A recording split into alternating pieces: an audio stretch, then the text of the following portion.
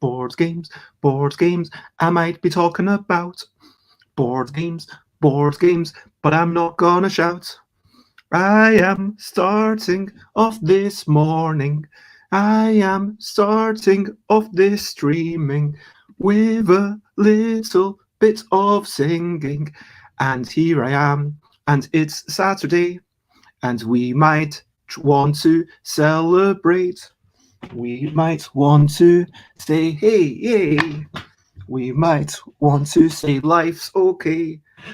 Whether we talk about board games, or something else. Board games, board games. I might be talking about board games. I'm not gonna shout. Hello and good afternoon, good evening, good night, good morning, good whatever it is, wherever you are. I hope you are generally well. I see that, yeah, excuse me for just 1 second.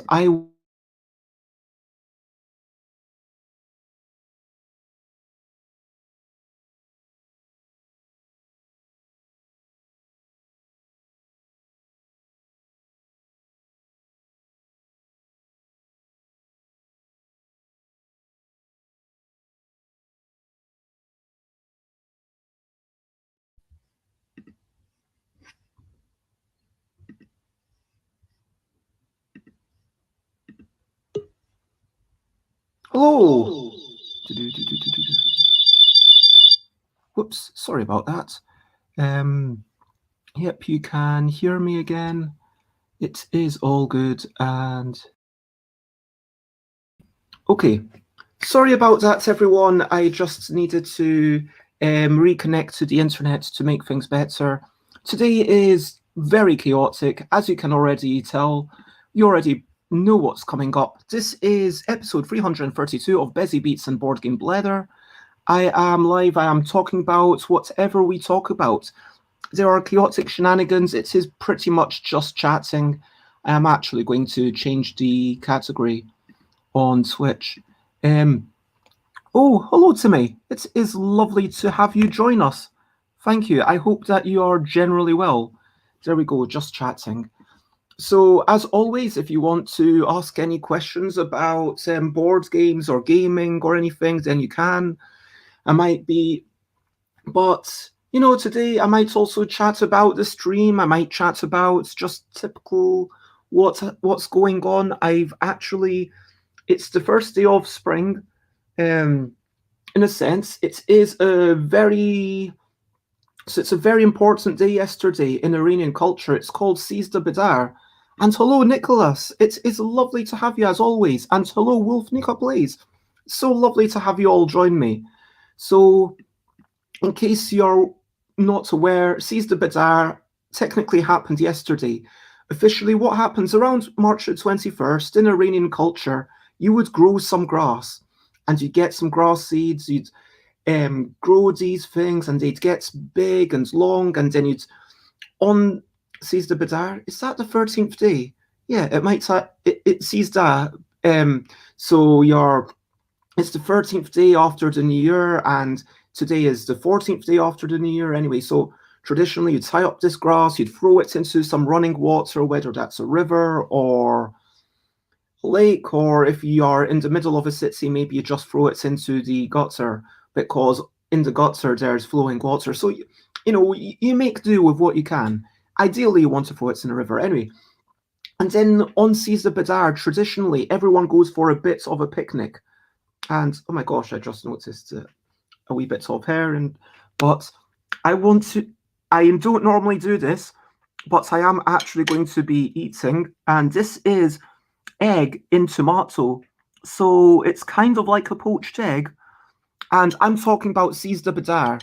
Sizda Bidar is a traditional Iranian custom, And so yeah, that is, sorry, let me pop that up here. And that is what, so I will type Sizda Bidar. I don't know exactly how you would type it in English, but something along those lines.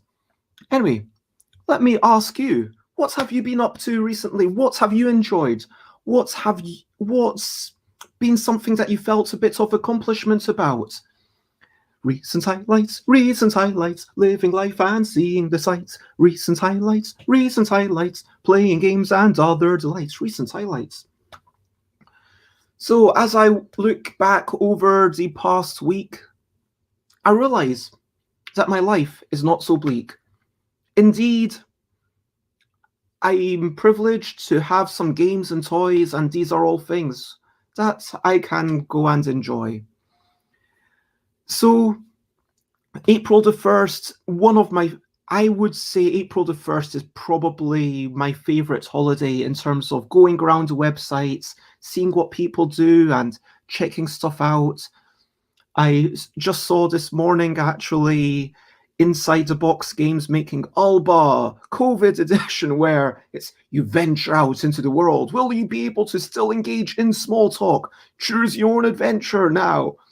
And then, of course, Alley Cat Games announced Binner's Trail, and Lucky Duck Games had Chronicles of Teotihuacan, I think, where it was like Chronicles of Crime meshed with Teotihuacan, and then the dice are shown.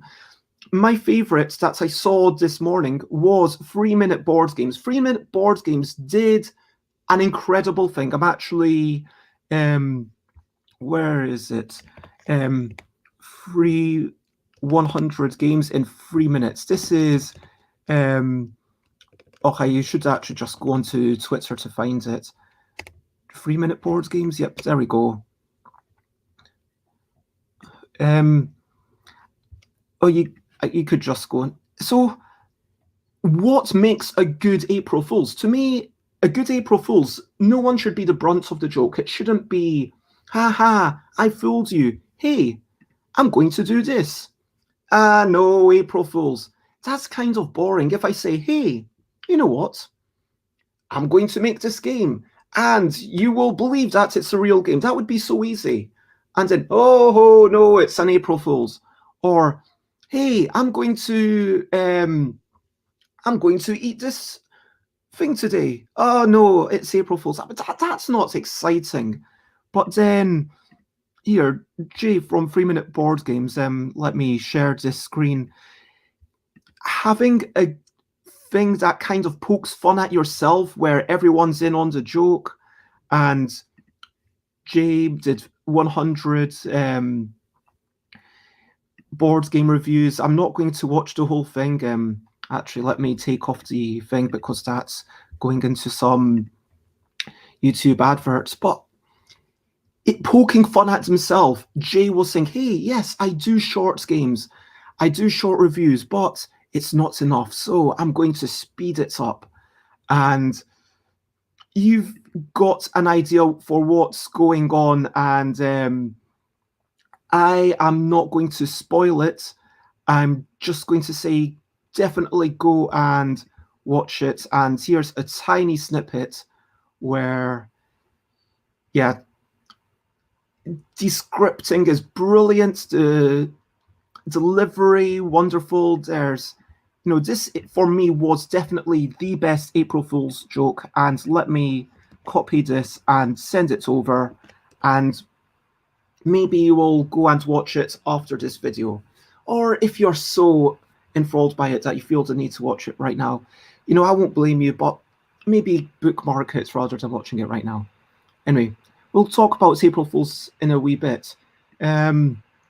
Nicholas is making some progress in the rules writing for the Zenobia project. That's awesome. And congratulations on getting as far as you have. For those who don't know, the Zenobia project is all about saying, hey, let's talk about parts of history that aren't being talked about. Let's explore things from a perspective that normally isn't being explored. And that's a wonderful thing. So yeah. And back to April Fool's. For me, April Fools is more fun seeing people around you smile and laugh, but mostly enjoying their bond with others. Yeah, 100%. And actually, you know what? I'm going to give myself a shout out. I only do this normally once every 100 episodes, but yeah, if you look at my channel, you'll notice that if you check, where's the videos? There is one video that looks not like the others. That's right, it's the one with the green border, which was kind of an alternate reality thing where the idea here is that Dina is the host and I'm a guest on Dina's show, and that's why everything was green. And yeah, let me skip ahead. So that's why I was wearing green to match Dina's style. And anyone who knew that knew we weren't trying to pull one over on anyone. It wasn't like we were lying and expecting anyone to buy into it.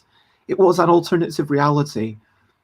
And honestly, I am really interested to hear what's the best. Tell me about some of the best April Fool's jokes that you have ever witnessed. I'm really curious to hear about it. Oh, and I'm really happy to hear that, Nicholas. It was like the first time that's had worn green for a long, long time. I can't remember the last time I wore that shirt. But certainly since since I've been streaming, I think I have worn red literally every day. So it felt really weird being, okay, I've taken my shower. I'm going to wear green. Wow. Oh my gosh, I'm wearing green. And then I'll probably actually, in case, anyway. But I'm glad you enjoyed it. April Fool's jokes that are my highlights. This is less recent, but yeah, just another shout out to Z-Man from April 1st. But going back further, Newgrounds, I think that Newgrounds has such a strong sensibility of what is an April Fool's joke, where unfortunately there wasn't anything special happening for 2021, but Newgrounds in past years, you might go and then they had a year where it was, hey, this is a Chinese firewall, and all of these and you basically couldn't watch any video or play any games for the entire day. And there was one where like so many words were getting censored, so it was like an overactive moderation, and people's words were, and then like they had all sorts of things. Newgrounds really got into it in a big way, even when it was hurting their bottom line. And I think this is one of the things I love about Tom Fulp, how Tom Fulp, yes, Tom Fulp did do a great job with bringing a portal for Flash games, Flash videos back in the day, but it was never, sure, I'm sure Tom Fulp enjoyed the money and was able to come to London and take some extravagant holidays, but it was always, like that's more like a performance to raise. In Newgrounds version, it wasn't even about raising awareness. It was about appealing to the people who were already there. And like, to me, like the thing is, like you wear grey, but unless you're actually streaming and unless you make a public point of it, I guess also I picked red because people are more likely to see it. I am actually going to take a wee spoon of this while it's still hot or warm. I'm just going to note there's a wee bit of egg mixed in with the tomato. And there's a good bits of onions there. That is.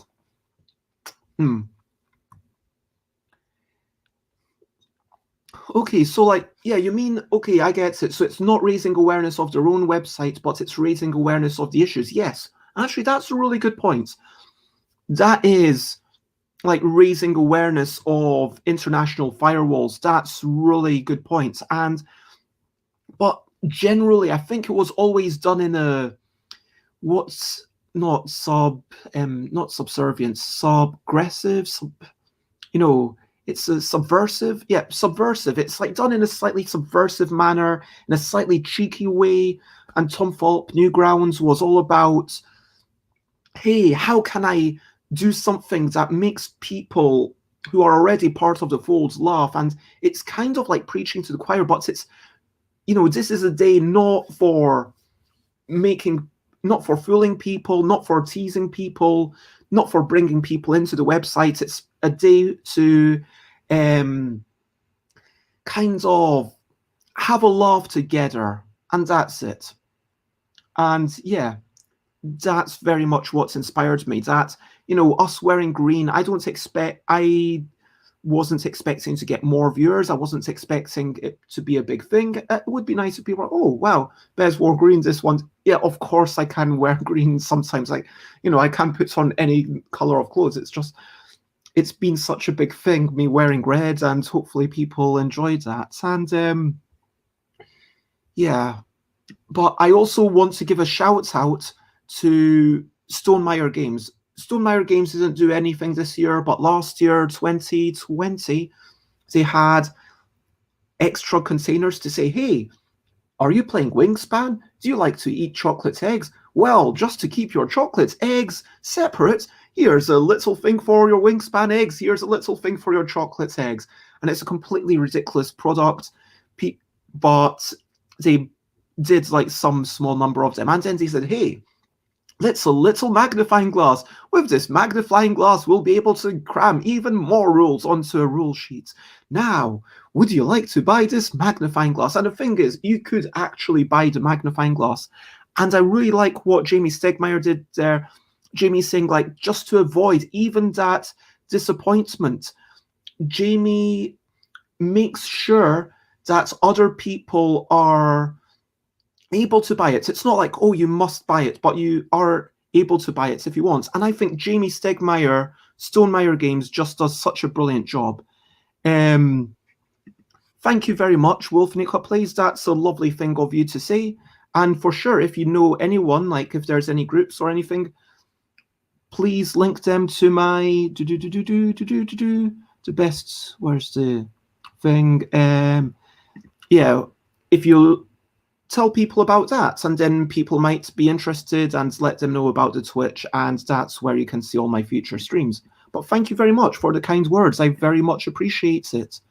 Anyway, yeah, going back to the April Fools, it was really lovely how you, honestly, this is the reason why I stream. The reason why I stream is because I love that engagement. Because I remember when I first started doing open mic nights musically in a big way, I was playing this piano, which is actually just over there. You can't see it, but I was playing this piano, and I was playing these tunes, and I was thinking, when I actually go to the open mic nights, if I'm just playing and then at the end people clap, what's the difference between me playing the piano in the house and me going there?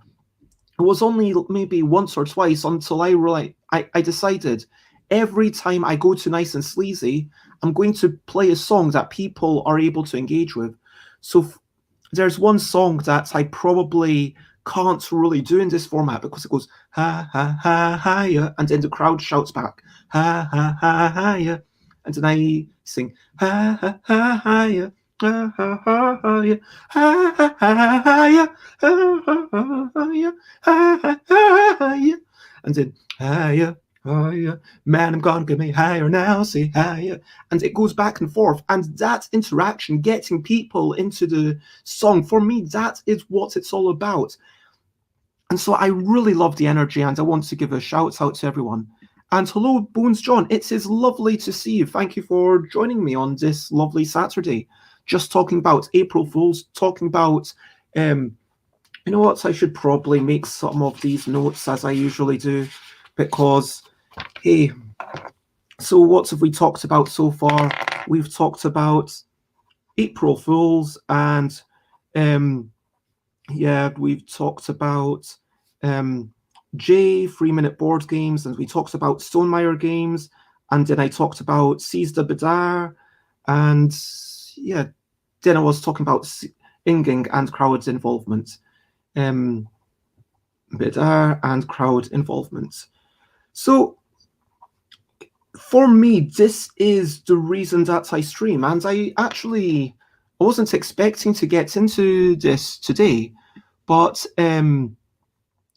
actually, before I get into talking about the stream, let's talk more about these recent highlights, which we've still not really finished. So if anyone has anything more that they want to talk about.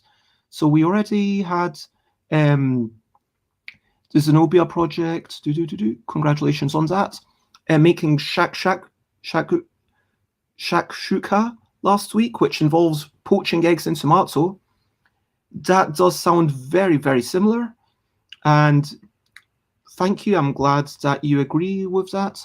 And yeah, okay, so recent highlights. You can look, today's chaotic shenanigans, just pop it in whenever you want.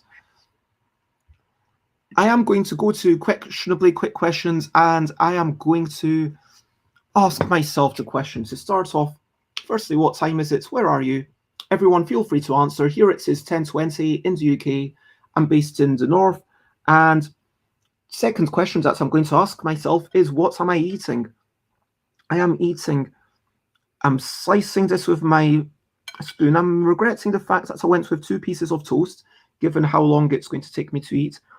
You can see a little bit of egg with a smidgen of, no, there's not actually any yolk there, just surrounded in tomato. And that is, it's got the softness of the egg. It's got quite a lot of crunch with the onions. Maybe I could have cooked the onions a wee bit more, but still it gives it a variance in texture.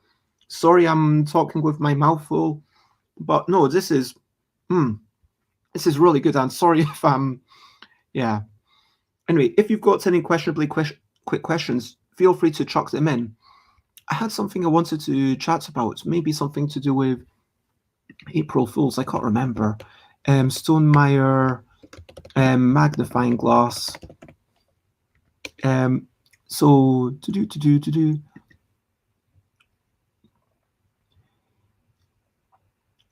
and so this is, you can actually find a link to this, which I'm going to once more paste into the comments. Have I ever fooled anyone on April Fool's Day? Asks Wolfnika Plays. And hello, Alex, it is lovely to see you this morning. And I am just talking about April Fool's Day and all sorts of things. And you will notice the banner at the bottom says questionably quick questions. So if you want to get some questionably quick questions, then now is your time.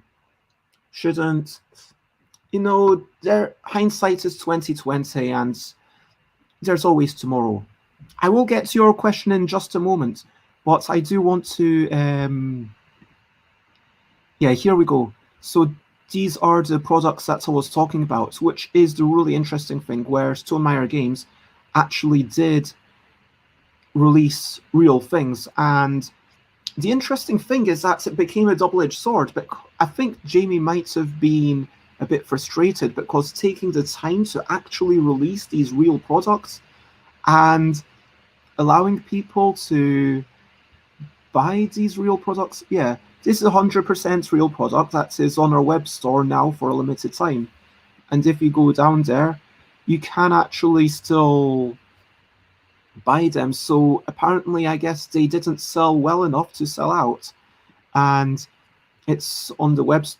I mean, they're not planning to reprint it, but yeah, that's an interesting one, because you take the effort to do something special like that, and then you can't do that every year, can you? It's not sustainable. You can't be releasing real products every year as a joke. But this is the kind of thing that makes people talk about you. I mean, I'm talking about it a year later. It's just fantastic, and I just want to respect that. Anyway, have I ever fooled anyone on April Fool's Day? So yes, for sure, when I was younger, I used to say, okay, April Fool's, and then there's a British tradition that if you fool someone before 12 noon, then you are the fooler, but if you fool someone after 12 noon, then actually the joke's on you. I don't know. pardon me, I don't know where that tradition comes from, but I used to be super into it. When I was old enough to remember, if I remembered the dates, then I was all, okay, how can I tell a lie and get away with it? It was kind of like a safe environment to lie. I could lie to someone, I could try to see if I could. It was almost like playing a bluffing game, because Werewolf is actually a fairly modern game. It seems like a game that's Werewolf Mafia. It seems like a game that's been around for centuries, but it was just invented in the later part of the 20th century. And so, yeah, these games hadn't yet properly become public awareness in the same way that, Risk, Monopoly, these kinds of games are properly something that everyone knows about. I'd never heard of games involving lying until, I want to say, maybe the 90s. And then I was like, wow, there's a game about lying? Oh my gosh. And so April Fool's Day, it's kind of like that for kids. Do you know what I mean? It's like a safe environment to learn how to lie. And glad you're agreeing with all this. Glad I'm saying something that's true. I do love the looks of the magnifying glass, but with that price plus shipping, I wouldn't buy it. Even though I get that, it wouldn't necessarily be a bad price for that. That's actually, Alex, you called me out on it. I appreciate this. I appreciate that sometimes I say things, even though people are here saying true. I was completely wrong. Yep. That is a good point. Yep, that is very much a pop.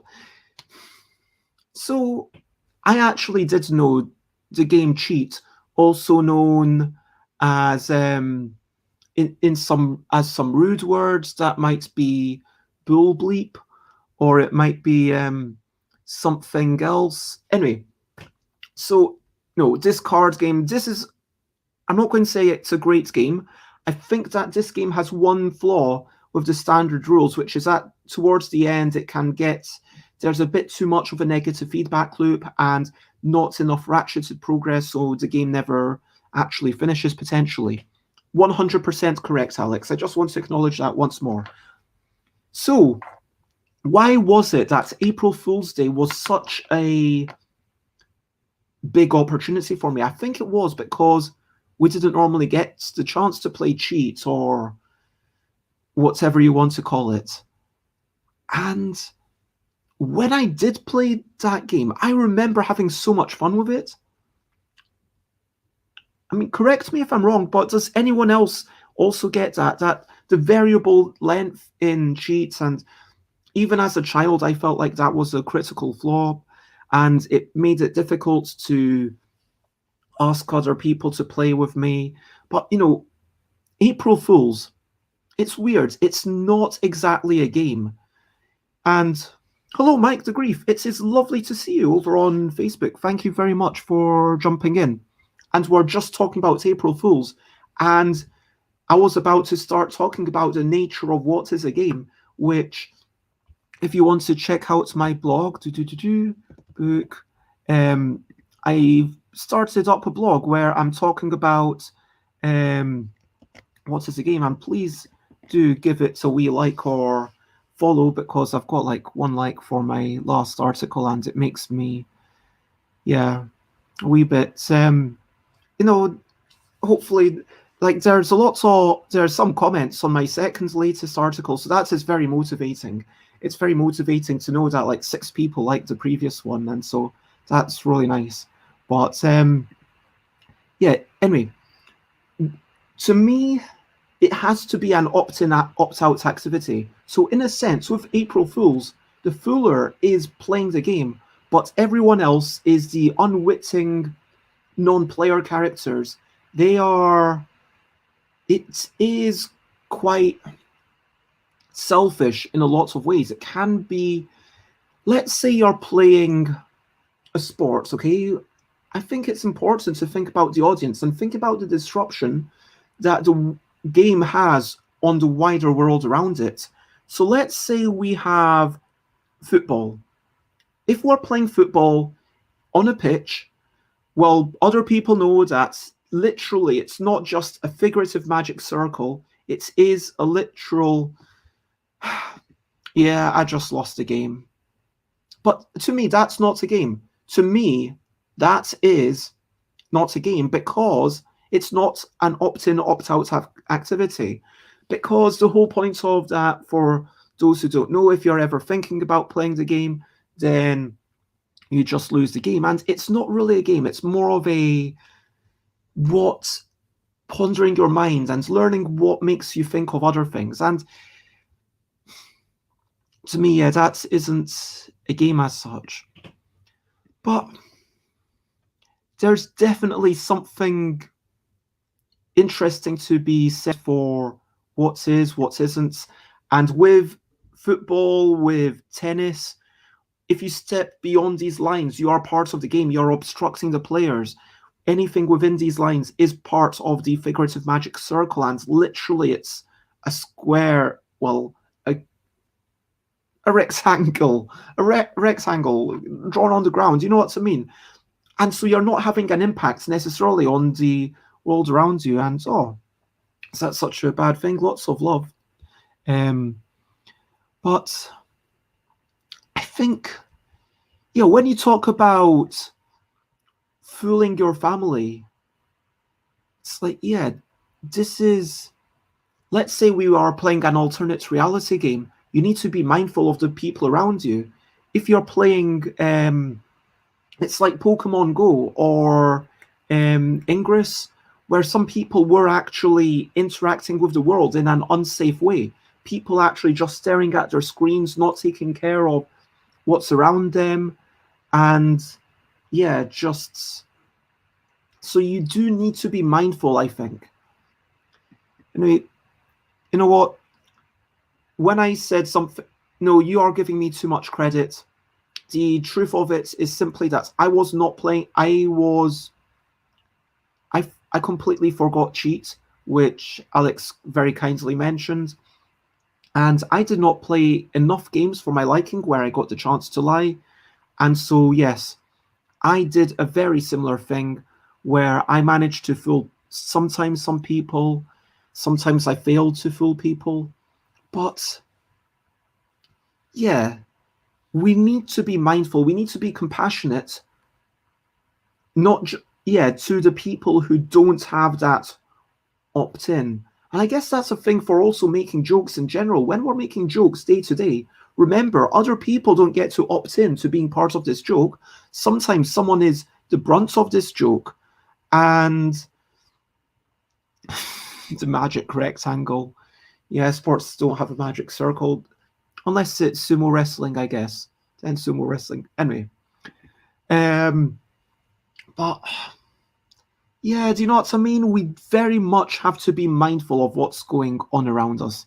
Anyway, I'm surprised at the lack of questionably quick questions. Please drop in any questions that you have. And my question to you, if I want to give a question to you, is what is the best game that you managed to play this year so far? Or if you can't think of that, what's the last game you played? Yeah, the banner's been... Look, Alex, you have no excuse. I literally pointed at this banner. Questionably? Quick? Questions. Ask me anything you want as long as it's respectful. There you go. Alex, not paying attention to the lower banner. What kind of person? Okay. I am going to talk a wee bit more about... I think about poached eggs as you get air bubbles. For me, that's quite a cool thing. Anyway. So, Alex asks, how many Maltesers is too many? How many Maltesers is too many? Wow, that's a really deep question. I think ultimately it all comes down to what's your joy / unhealthiness ratio. Do you know what I mean? Like, if you're eating them and are giving you joy, and they continue giving you joy, and it doesn't become physically unhealthy to eat them, you know, at what point is it worth it? At what point is it worth it? If I personally were to have an entire bag of Maltesers, would having that last Malteser give me joy? Yeah. And also, like, for what purpose? Like, are these Maltesers for eating? Because what if you're using the Maltesers to make the world's biggest pile of Maltesers? In that case, there is no such thing as too many, because you want to make the world's biggest pile of Maltesers. In that case, you could have all the Maltesers in the world, and it would only improve your pile of Maltesers. Conversely, if it's how many Maltesers is too many to eat in a single sitting, in that case, I would go back to my statements of it's continually a judgment call. Am I getting joy from this? What's the negative repercussions? What's the unhealthy aspect? Is it meaning that I'm spending too much money? Oh, that's a good... This is a good point. Yeah. If you're using the world's biggest pile of Maltesers for evil reasons, like if you want to make the world's biggest pile of Maltesers and then send an avalanche down, in that case, you know, for the sake of the world, you know, maybe you get one Malteser a day, and this is like enough to you want maybe enough Maltesers that it draws the person's attention away from other things, but yeah, at the point where it actually becomes dangerous. So maybe if the Maltesers are the size of a room, you got to pile that big, it's probably okay. But at a certain point, you know, maybe if other people start taking away these Maltesers, I think this is, yeah. So yeah, just, you know, think about your health, think about anything, and yeah. I'm not here to tell you how many Maltesers to eat. You just, with every Malteser, just savor it. Enjoy that. Whatever you're eating, whether it's bubble tea, whether it's chocolate, whether it's a biscuit, whether it's and oh my gosh. Okay, so we've got two. Okay, firstly, I'm going to go to Timmy's question. I don't even know what a Malteser is. Okay, I am going to show you Maltesers. Let's see, is it on Wikipedia? Yep, it is. There we go. This is on Wikipedia, so I am allowed to show this thing. So there we go. This is. Thank you very much, Ivan Amos, who put this file into the public domain. So I am just brilliant people putting stuff on Wikipedia, so I can just show it without wondering about the rights or anything. So this is what a pack of Maltesers looks like, and I think that it's a good solid packaging. It reflects the fun involved. It's a little bit simplistic, but it's, you know, it tells you this is a simple treat, and it gives you an idea of what's inside, which I really appreciate, because so many confectionery things do not show you what is inside.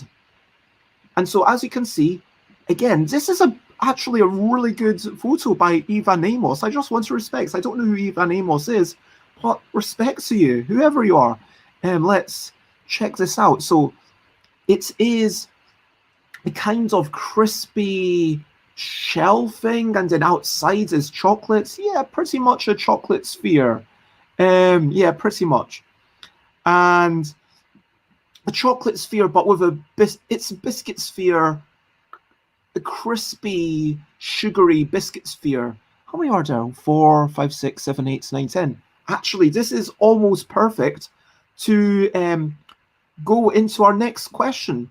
Over on Facebook, Mike DeGrief asks, how many Maltesers would you share if you only had 10? And in this photo, we see 10 and a half, so it's almost perfect. So we've got a very strong visualization. Okay, this is how many Maltesers I have. Well, then the questions become, how many people are around? Are we talking right now? Do I have these Maltesers right now? Because if I have them right now, who am I going to share them with? I would probably share 2 of them. Because there's 3 other people living in this house. One of them is on a diet. And so the other 2 people get 1 each. That gives me 8. And yeah, that's what I'm going for. This is a really good point. So I love the people that I'm supposed to share with. Who are these people who are asking for, like, where am I? Like,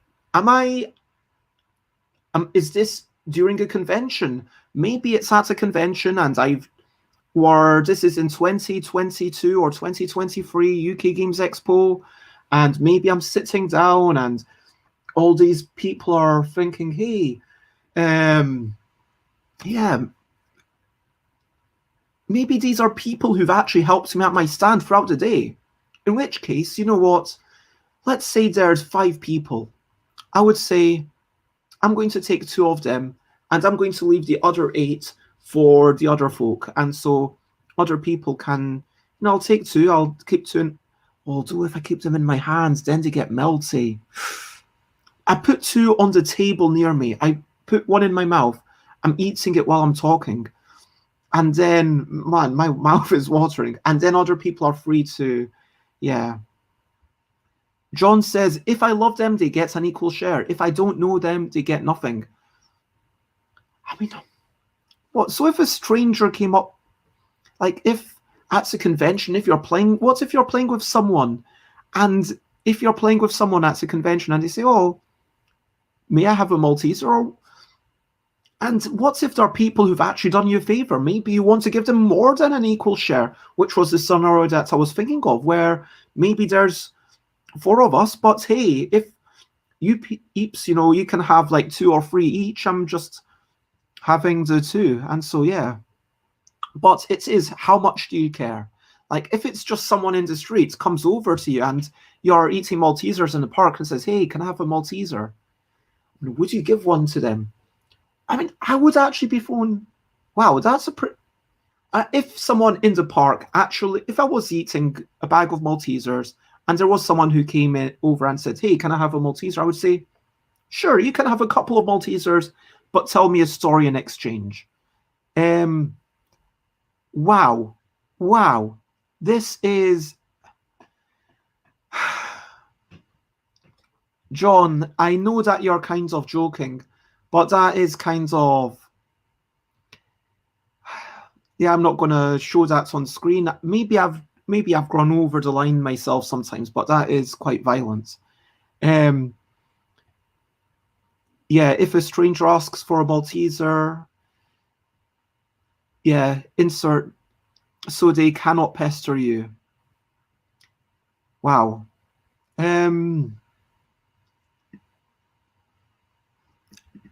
I understand it was a joke, but I appreciate you kind of, thank you for, yeah.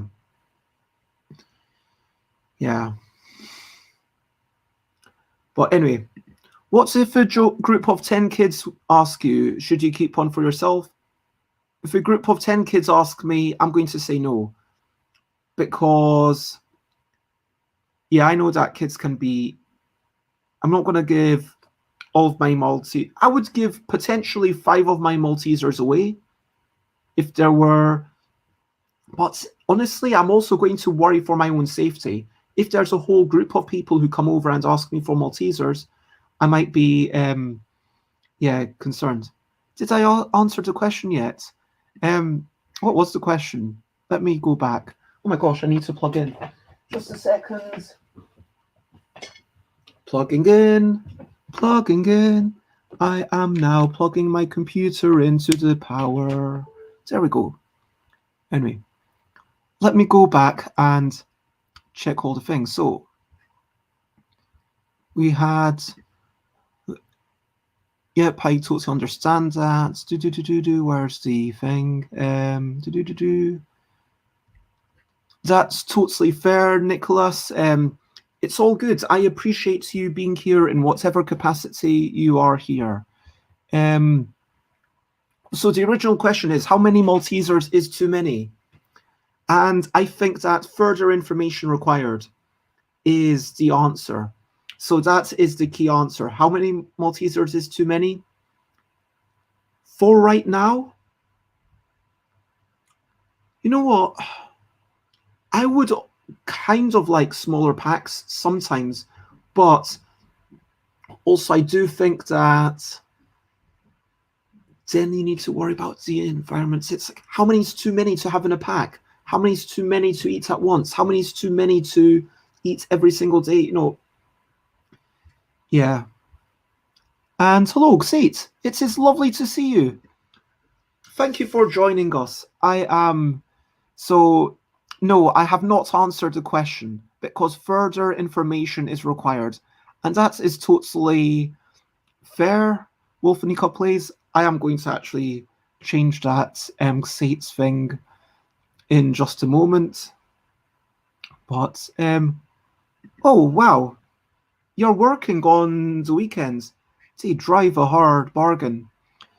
You should ask them if you can jump onto the show sometime for like 20 minutes to promote your favorite website. Wait, I work a 6-day week. Oh. Well, no, of course I love you. Like, still lots of love. But, no, I was just actually thinking this morning. No, because I know someone who likes to do media. I know who's, by the way, this person. And I know someone who likes Board Game Arena and likes to talk about things and likes to promote things. And so, you know, maybe we could have you on a Friday.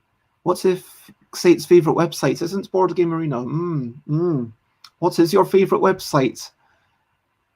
Is it Board? Anyway, for those who don't know, Xate is the community manager. Is that the correct title? Community manager for Board Game Arena. Anyway, Oh,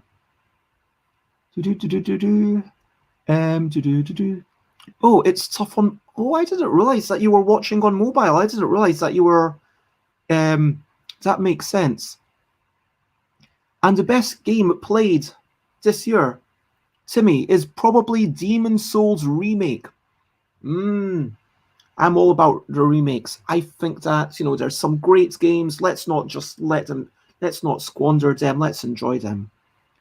How many more legs should a turtle have to move twice as fast? Nah, Mike, that's not how it works. You don't get faster if you've got more legs. Look at a millipede. It's not faster. I think that you need longer legs. Anyway, we talked about Maltesers. And there we go. So, are there any other websites?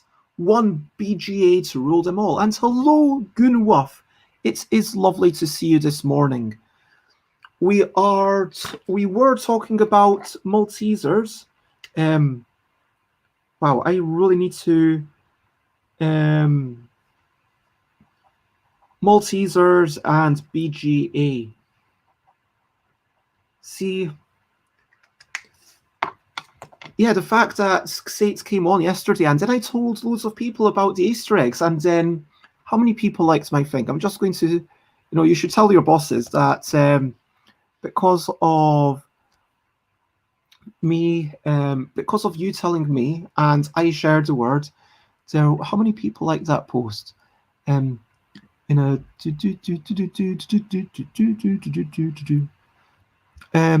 on Board Game Trading and Chat UK, 11 people liked my post, and I had like 7 replies, basically just talking about text. I know it's not a lot, but you made that happen, Xate. So yeah.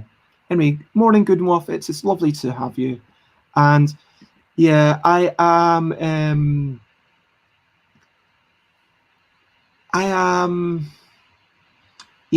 giving up. 14, and I couldn't find. I think I got to 15, but that's it.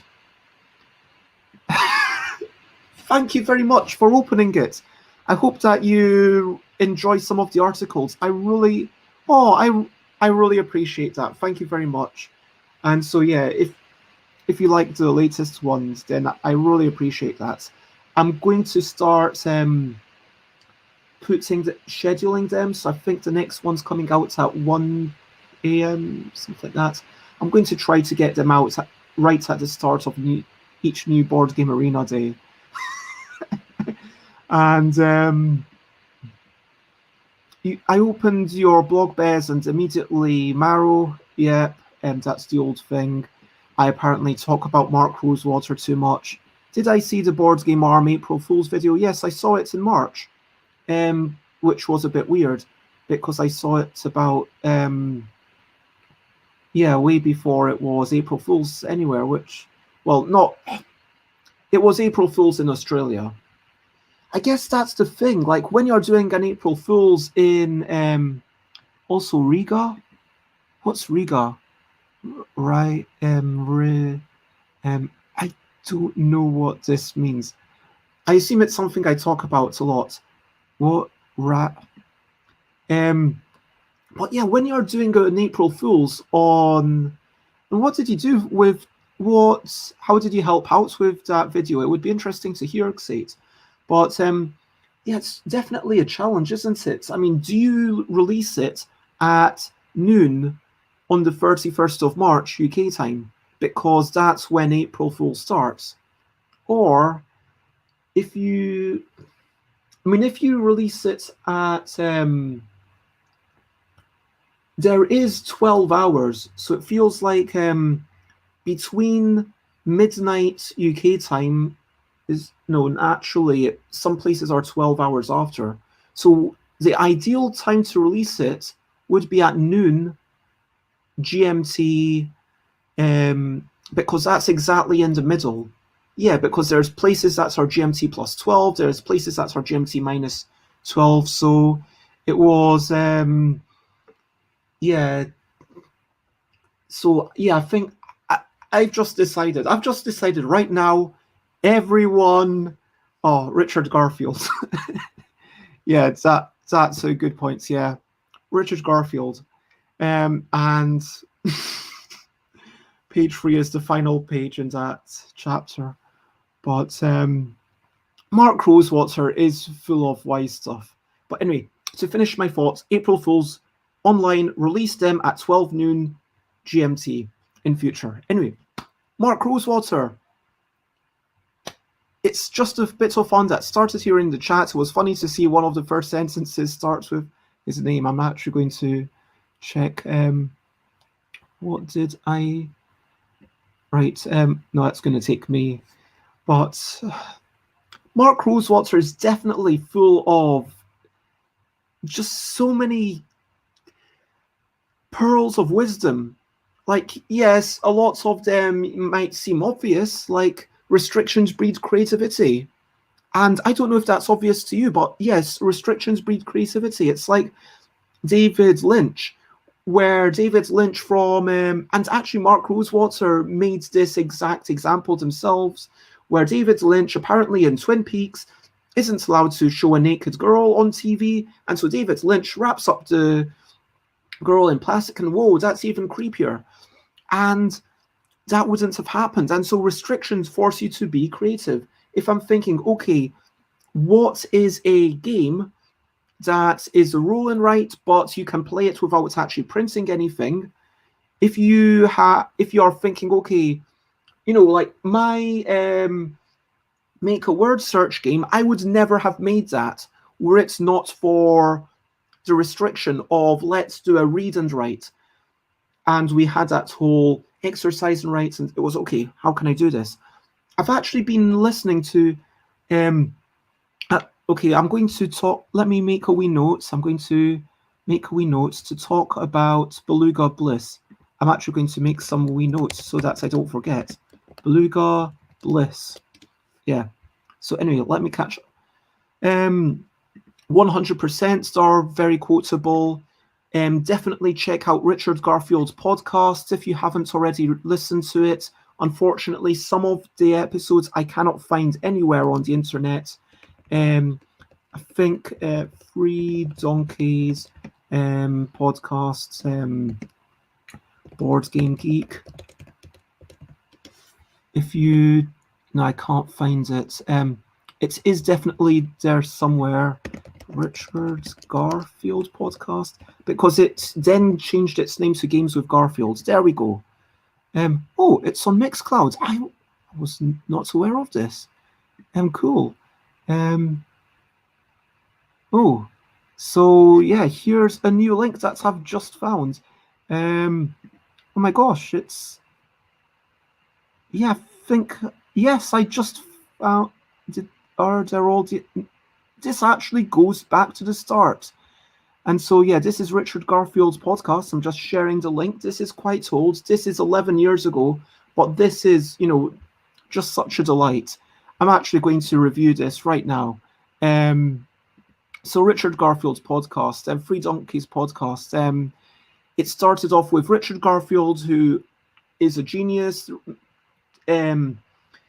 creator of Magic the Gathering, Netrunner, Vampire, the Eternal Struggle, I think, Battletech. I think Richard Garfield did some work on the Star Wars CCG, but that wasn't so good. But it had some interesting ideas, but it definitely had lots of failed things. Robo Rally, you might know. King of Tokyo, you might know. What's that recent one that I'm forgetting? The one with all the unique decks, Keyforge, and there's this Xbox 360 game that was genius. That I think more people. Schizoid on Xbox 360. Schizoid is obviously King of New York. Yeah, King of Tokyo, King of New York. Schizoid is my favorite thing, and there was also another couple of online games that Richard Garfield made, like web only. There's, I can't remember. Richard Garfield, lovely person, genius person. Scaphalias helped a lot with original Magic, and Scaphalias I knew through Mark Rosewater's articles. Very passionate, very argumentative, and Tyler Bielma is kind of like the host. I don't really know Tyler. Tyler doesn't really add much to the show. It's basically just Richard and Scaff. But Richard and Scaff are just... Richard is underspoken and Scaff is just super energetic, and you can imagine them like in the color wheel. Scaff is red all the way, emotional, argumentative. I'm really excited that I found this. There's no descriptions for any of these. There's goes 6, 7, 8, 9, and like sometimes like then they got, okay, let's talk about balance in games, and then Richard started talking about particular games, about Agricola, Puzzle Hunts. Oh, Spectrum Answer, that's the name of Garfield's other game. And then interviewed a couple of people, Mark LeBon, Jason Billman, Steve Jackson. Oh yeah, Quad Radius. Anyway, and Games Glimpse, where Richard just talks about some of these games and why they are interesting, like Magical Athletes. I'm never going... Word on the streets, I don't feel the need to get it, but I feel like Richard did a really great job of reviewing it and explaining why Richard feels like it's important. And this is honestly my favorite podcast. If that's actually strong words. I might also be slightly biased because I'm excited that I just found it right now. But yeah, I would very much recommend everyone to go and check that out. It's also, maybe one day in the future when I'm kind of got some more viewers and I'm like, hey, can you come and listen? But no, that's I would love to chat to, Richard Garfield, or it does feel like I did have a list actually somewhere where I wrote where I was like, who would be my buckets list? Who would I love to speak to more than anyone else? And I would, do a show literally any time for them. Richard Garfield's definitely up there, 100%.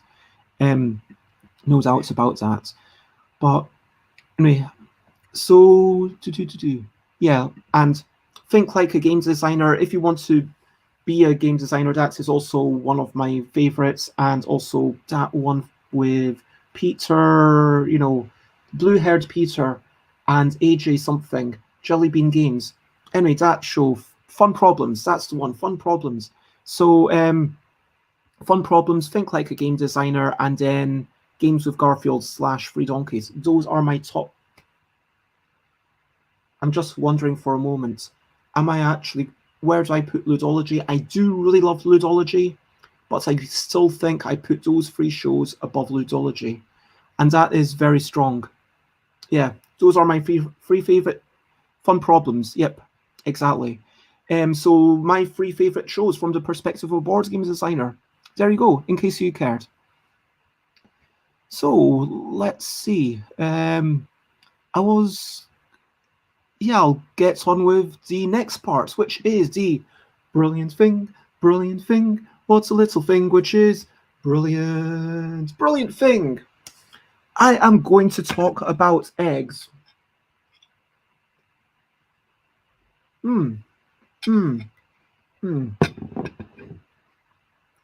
There's a bit of softness.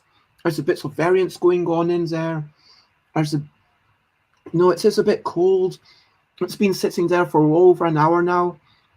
It's not as good as if I'd maybe started my show 10, 15 minutes late, but that's what I do.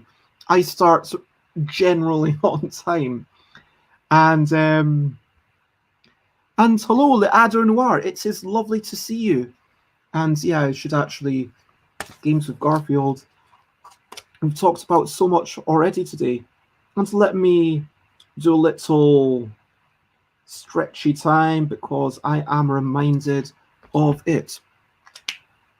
Yeah, I've not checked out Producing Fun with James Naylor yet, but that is a good show. Also, you know what's in my top 5?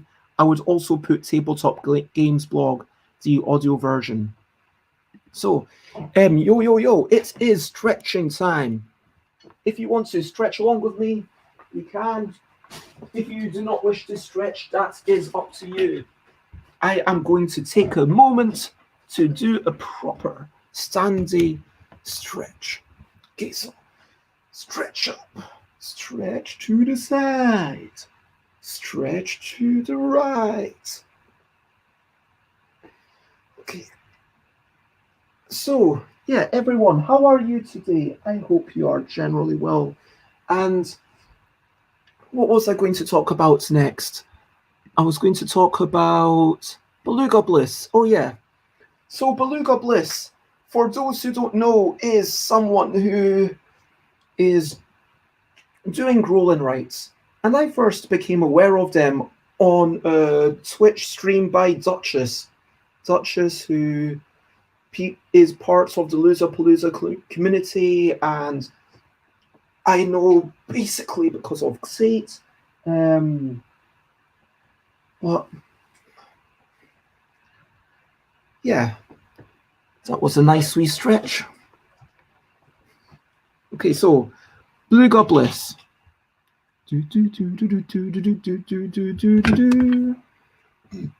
Pardon me. Beluga Bliss is a lovely person who makes roll-and rights games, and at the start of lockdown was trying to do a game a week, which is a bit too much of an ask, so lasted 5 weeks and then stopped. But these 5 games are all being offered for free.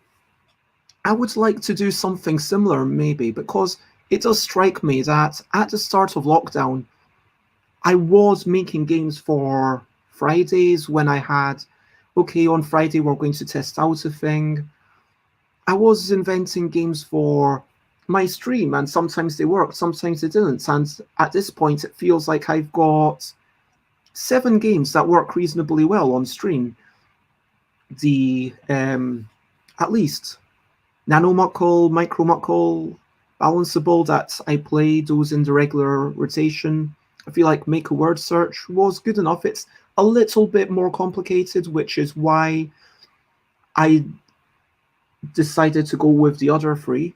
We've got the Fact and a Half, we've got which is all about the lying, we've got the Most Like a Pineapple, and we've got Wee Whimsical Creatures. And so that is, yeah, I feel like I've got a solid, and oh my gosh, that is quite a thing. A bird just flew into my apartment, then hit the glass door on its way out. I lifted it using the mat onto the balcony, but now it isn't. Oh man. Yeah, I agree with everyone in chat. Fingers crossed it was just knocked out.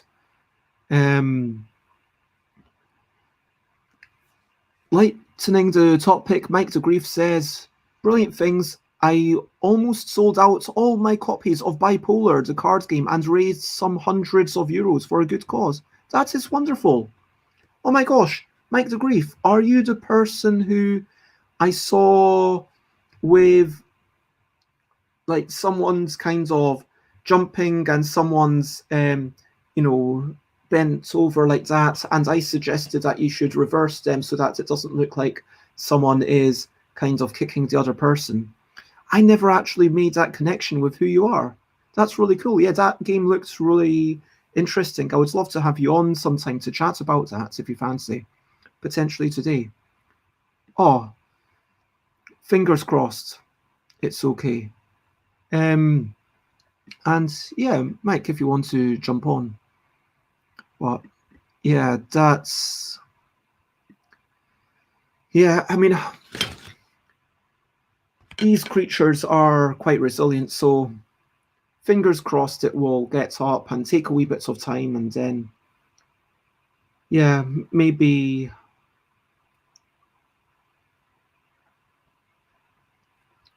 put some seeds or something. I don't know, if in case it's up, or some water if it looks like it doesn't want to head out straight away, but hopefully it's strong enough to fly away. So yeah, what I wanted to talk about Beluga Bliss and making games and roll and writes, because I was definitely thinking how a lot of my what I'm going to call flip and writes. Oh, lots of love. Bye Wolf Nika Plays. What time is it where you are? I know I might have asked this at some point in the past, but where are you based? And so much love to you. And yeah, fingers crossed for birds. Yay, birds. So anyway, Beluga. Oh, brilliant! The bird flew off. Yay! Oh, that's so lovely. Now, I've been thinking about how all my, I'm going to call them roll-and writes that or flip and writes, it's blank and writes that I've done, are all, for the most part, word games.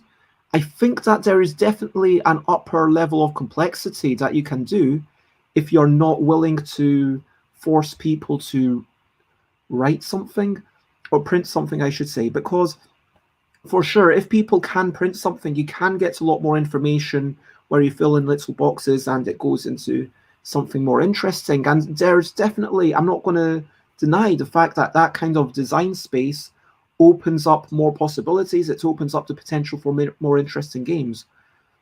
But to me, the ability to play a game without writing much to start with, without putting too much on the paper, or even turning that process into something where the game is very much a case of, hey, join me at this time. Now, just bring a pen or pencil and a sheet of paper and you will be fine. So to make a roll and write, flip and write, whatever and write game for that setting, how can we make it not wordy? And I'm nothing against word games. I do enjoy word games, even though I'm realizing how terrible I am at them compared to some people. But it feels like how I would like to explore that space a bit more. And so I'm thinking about streaming a bit more, maybe one night a week, where it's kind of like, okay, trying to try out games, playtesting a thing, something. I don't know. Like, I have some vague ideas. I don't know exactly how it would work. Maybe I do a bit more solo game creation, like I'm going to be doing next Wednesday, and maybe as part of my chaotic shenanigans, it should be, hey, spend some points and Bez does some game design for X amount of time. But it does feel like ideally I want a Idol Michael style overhead cam so I can show you what I'm working on, what I'm drawing. Because if, like, okay, I'm playtesting this little solo roll and write on my own, if you can't even see, I need to then swing over this camera and get that linked up, and it's possible, but not in the middle of a stream. Yeah. And Le Adder Noir says the more complex roll and write start to defeat the convenience that the genre grew up from, if that makes sense. Now, I'm not talking about Rome and write or whatever Turk says super complex roll and writes is. Maybe Xates can remind us as the resident Turksey fan. But I'm not talking about that. I'm not talking about the complexity as such. I'm even saying, like, I don't want to... When I started streaming games, I knew that lots of people didn't have a printer. Some of the people who turned up every week, like James K, was there in a lot of my early streams on the video. James K is a friend from London, based in Essex. We've already said that. I don't think I'm not. And James used to pop in maybe 2-3 times a week when I was playing games on Tuesday, Thursday, and Sunday back in the day. And James didn't have a printer. Other people who were jumping in didn't have a printer. So, and hello, Bones John. It says, enjoy seeing your friend, and it's thank you for your apology. That is totally okay. I think, and I've been thinking about this, I think for me the line is where it can be misconstrued as when it's, oh, there's a hypothetical evil genius taking over the world and this calamity happens, it's obviously a joke, but sometimes if it's not too clear. But it's all good, lots of love. I have so much love and respect for you. It's all good. Enjoy your day. And hello, Prey. It is lovely to see you. What time is it over there? Is it like 5 a.m.? I hope that you're generally okay. And... but... oh, so... Reddit says, I'm going to ask one of my moderators to time that out for like 10 seconds. Because, yeah, there's a couple of things that are inappropriate there. Let's see. Actually, if I might do it myself. Thank you very much. Yeah, I appreciate the chat, but A, pronouns, B, yeah, when we've just talked about jokes that aren't appropriate, like apology accepted. Just, spend a wee moment. I understand sometimes you are excited by something. I understand sometimes you're like, oh my God, what's going on here? But yeah, just take a moment. Anyway, back to the welcome to an old, I don't mean old as in they are an old person, but an old friend as in I've seen them on the show a few times and we've chatted and we even, when was that? Game Shelfapalooza. Yeah, when was that? That was like October, something like that. And it was such a lovely, hey Scrappy Kids, lovely to see you. Thank you for joining in. And yeah, so Prey and Xate and I were the winning team, and made we did this scavenger hunt where we had to write colors using colors, and yeah, it was so good fun. And who was it? Was it Nona Plays Games? Was it Nona Plays Games who organised that? I want to say it was Nona, but correct me if I'm wrong. And it was just delightful. Anyway, let me we make a wee notes of that. Anyway, so back to the concept of roll and writes. When I first started playing roll and writes, for me it was even like, welcome to your perfect home. That's not something I want to play on screen because not everyone is able to join in. And hello, whether it's Ben or Kelly Lee, it is lovely to see you. Lots of love and thank you for being here. Just talking about Beluga Bliss, but the main topic today is just chaotic shenanigans.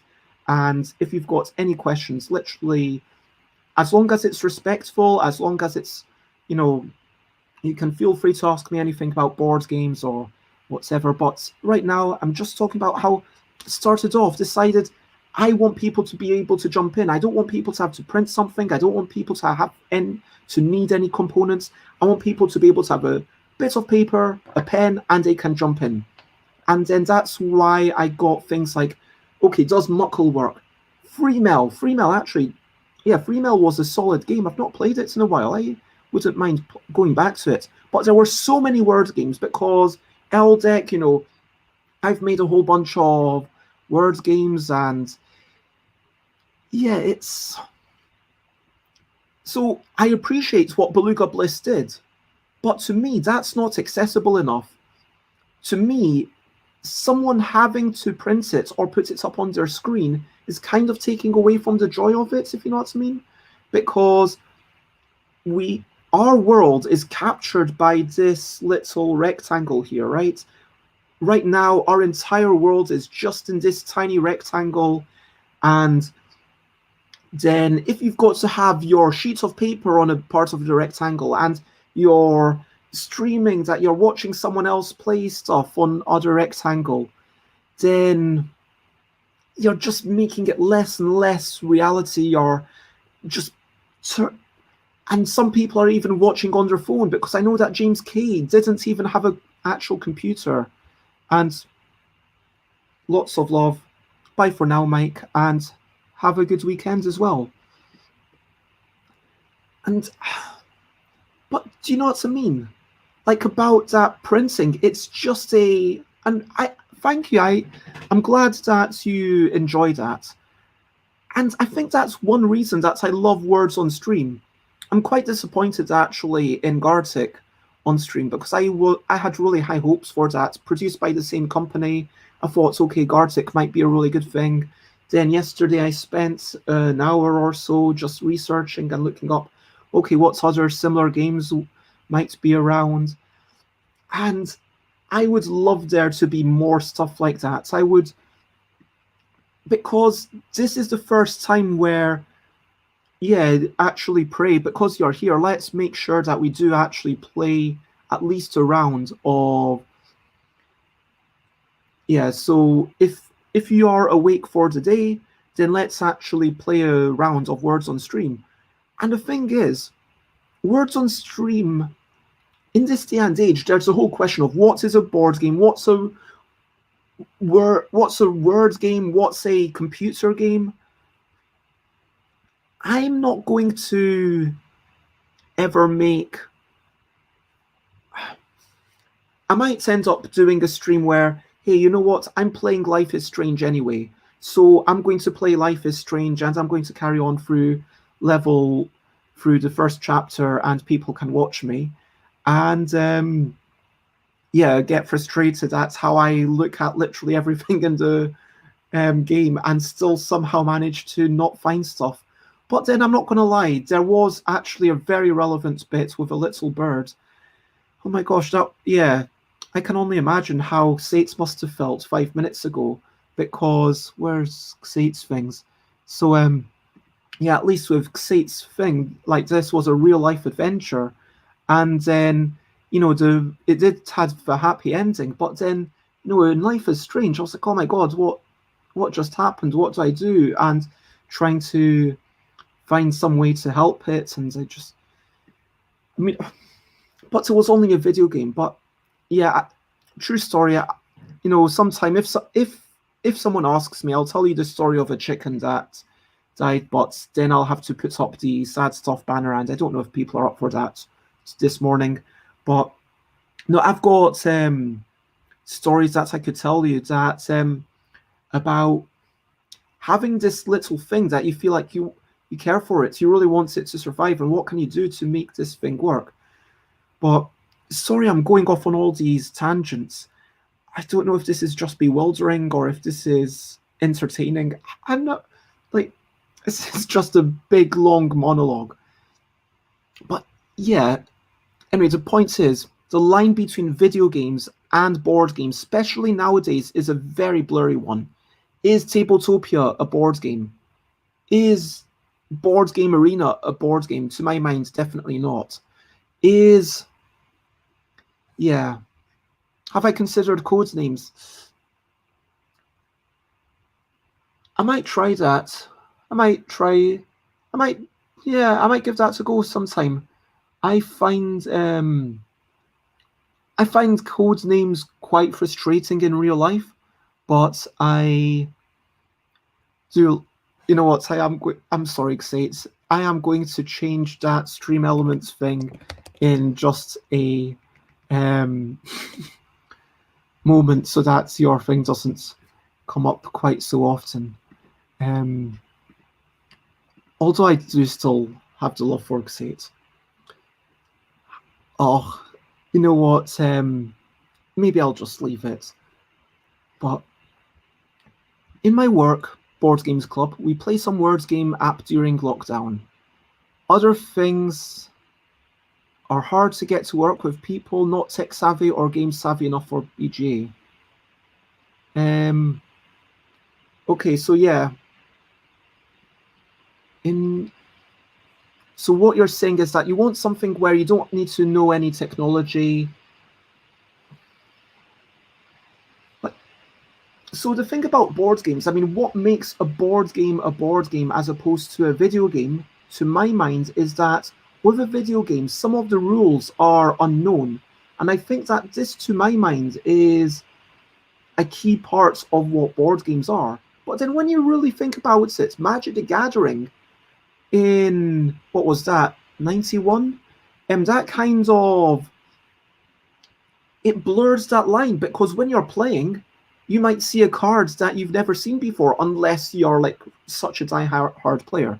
But if you're a casual player, there's a good chance you'll see a card that you never saw before. Same with Keyforge, and the rules are on the cards. So that is what makes it bigger than the box, so to speak. Same with Arkham Horror. Yeah, like Arkham Horror, right? Stick with me for just a second. So for those who don't know, Arkham Horror is like this cooperative game. You're working through, like, there's some otherworldly demons who are trying to make the world a horrible place, and you're trying to thwart that somehow. And what happens here is that I look at these cards. I don't know what the next card is going to be. I don't know whether this deck will be better, or this deck will be better, or this deck will be better.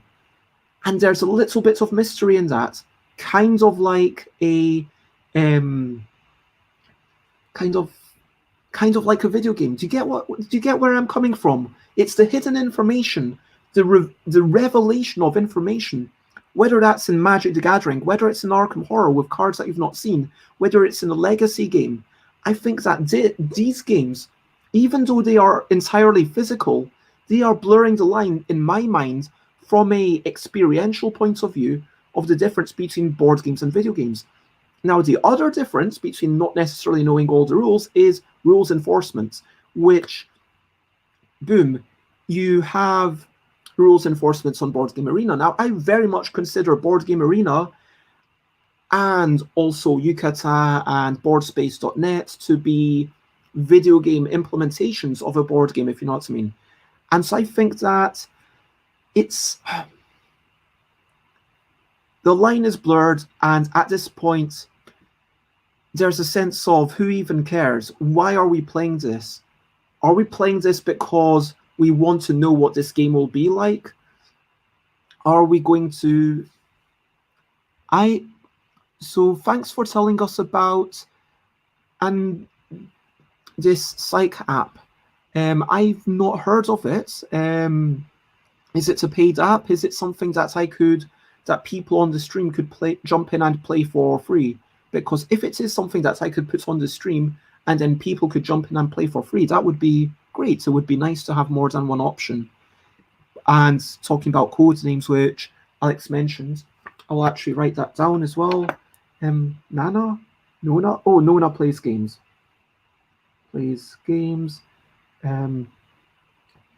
Shelfapalooza, and then board games, video games, and code names. Okay, I've written down my notes. So it has several free games people play on their phones, but together, probably worth looking into. I will definitely check that out. I'll write it down. Psych app. Thank you. Psych. Is that psych or psyche? And there's an exclamation mark. I'm assuming that the exclamation mark is important.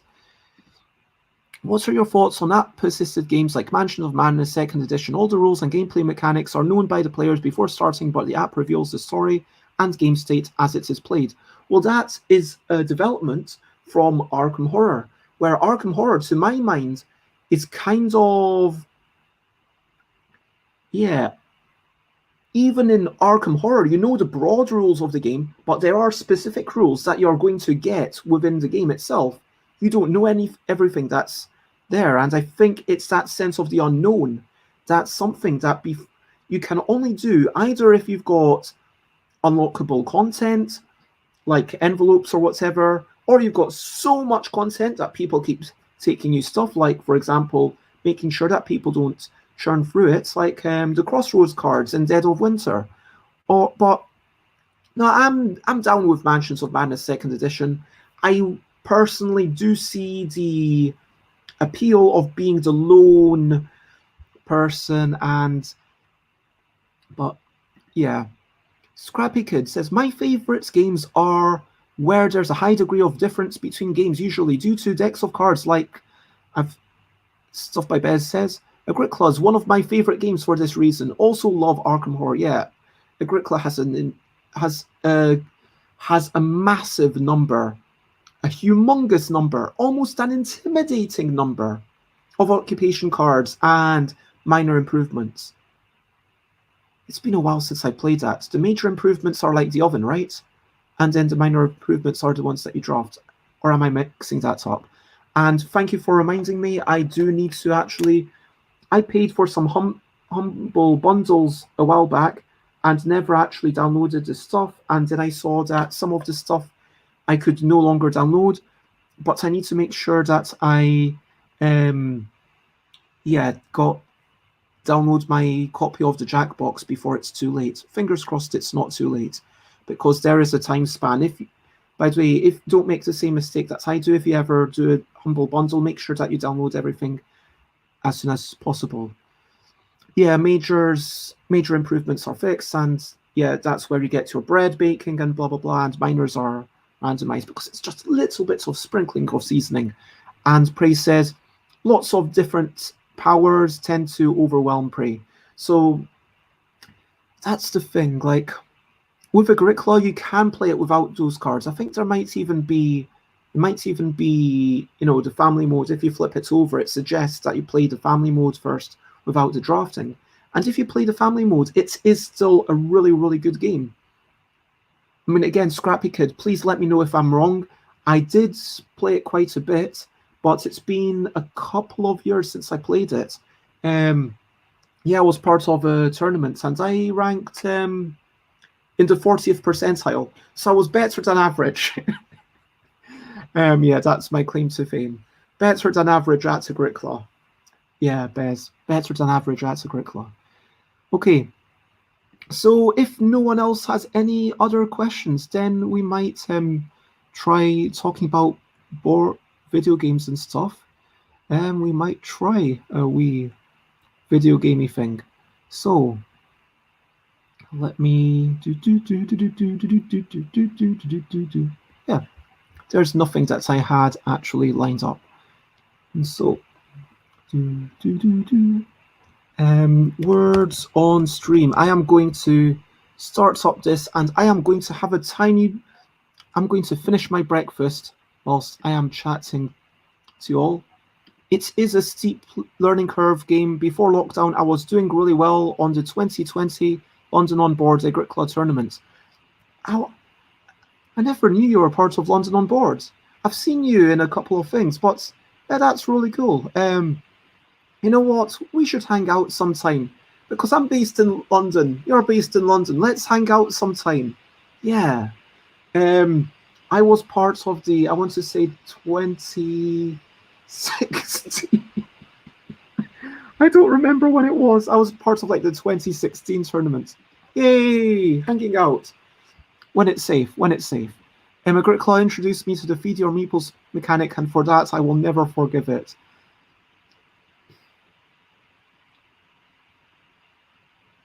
I have a lots of thoughts on this. Yeah, I will let you choose. Shall we play some words on stream, or do you want to hear my thoughts on feeding your people in the games? Oops, that's not the one I wanted to, button I wanted to press. Level 23 is our record. I will point out in most games with that mechanic, feeding meatballs is optional. Yeah, but if you get the begging card, let's be honest, you're not going to win. If you get the begging card, you're not going to win. Okay, so anyone got any preference between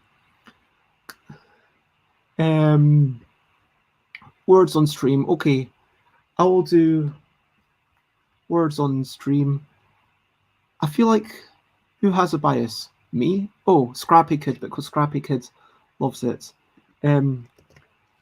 Worker placement and feeding meatballs. I'll put that as a note in case I run out of things to talk about, but let us start this and I will... Wait, was that for me? Was that saying that I have a bias about which one to do? Because I genuinely didn't. If someone were to say, hey, I really want to hear your thoughts right now, I would tell me my thoughts, but no one said anything. But so I'm going to start this game. For those who don't know, the way that this works is you just literally type into chat.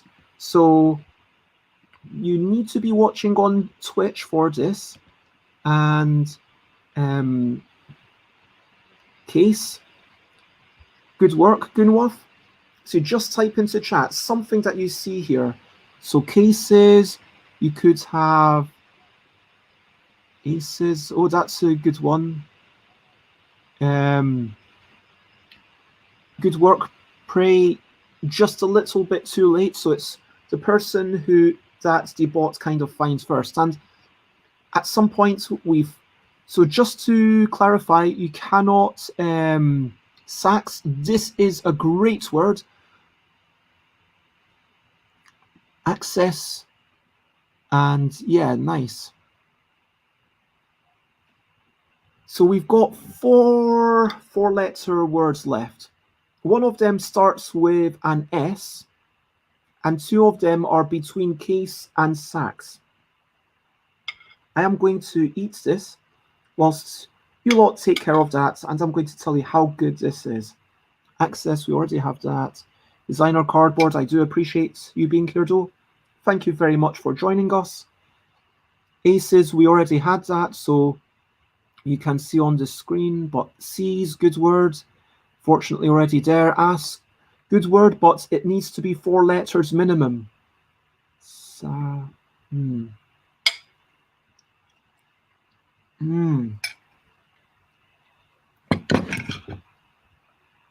Yep, exactly. Man, I don't know what's going on here with the S. It shouldn't be this hard to find a word starting with S and then seek. No, it must be ska. Skas. Ske. Ske.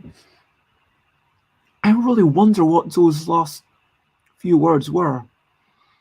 But I was just to tell you about my breakfast. There's like, I'm getting the yolk. The yolk it's not quite runny, but it's soft. It's really well cooked. I'm really proud of this. This is a great meal. Seka, is that a word? If that is a word, then that would have been the word. So let me type in continue, and we skipped a level. Well done, team. And I am going to go into Twitch and change to words on stream. I'll change my category.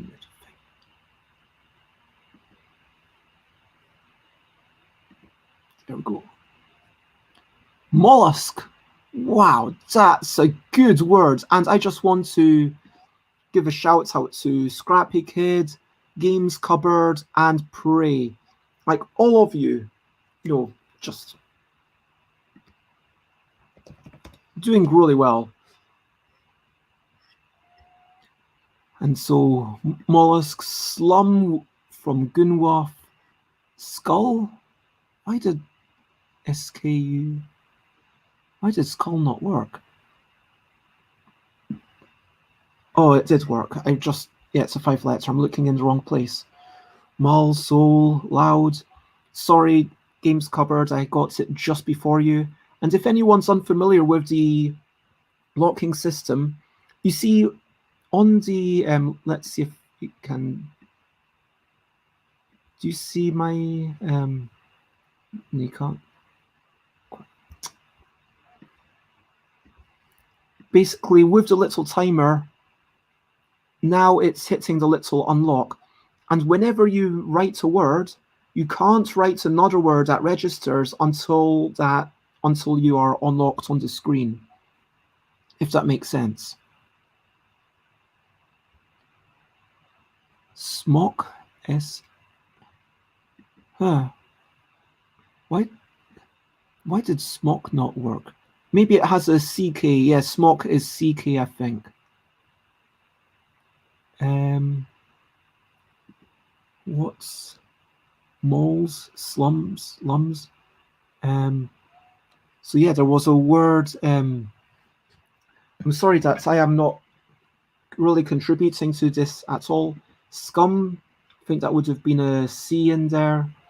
But thank you, Scrappy Kid, Alex, Gunwolf, and Leado Noir, and everyone else who's jumping in. And someone asked what exactly I am having. So let me make myself a wee bit bigger. It is essentially eggs which are poached in tomato. So this is like fresh tomato with a bit of onion.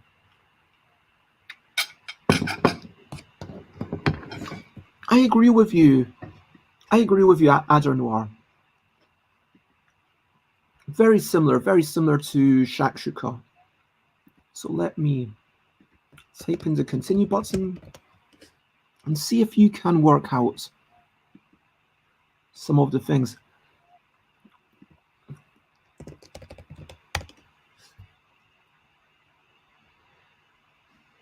So, oh, sorry, Alex. I should have just let you have that. I should just, but you are doing great work, everyone. Breer. See, this is the kind of word that I wouldn't have thought of. That is not a word that I know. So, and good work, Prey. It was just a bit of lag for you, I guess.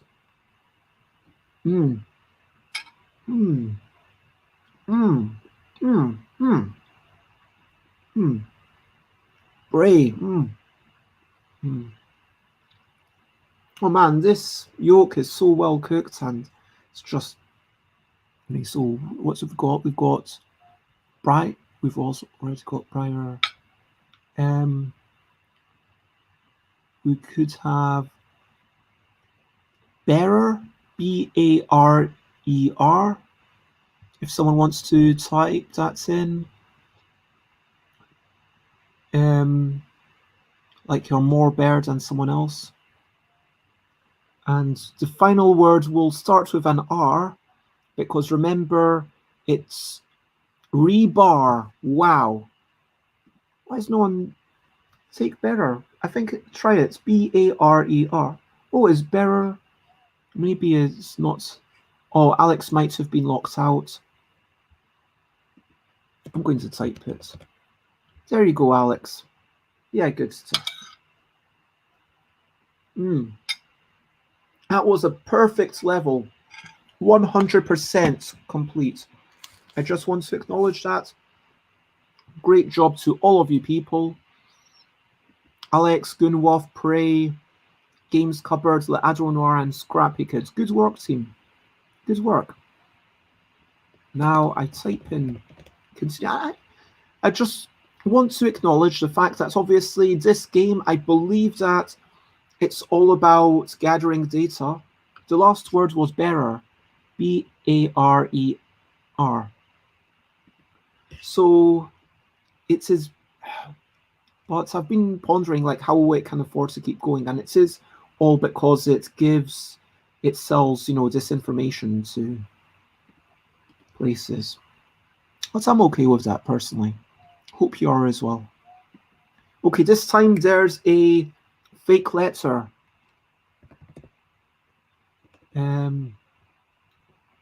Inviting. No, apparently inviting isn't it. Inviting. So maybe the G is fake. No, maybe it's the V is fake. Maybe the V is fake.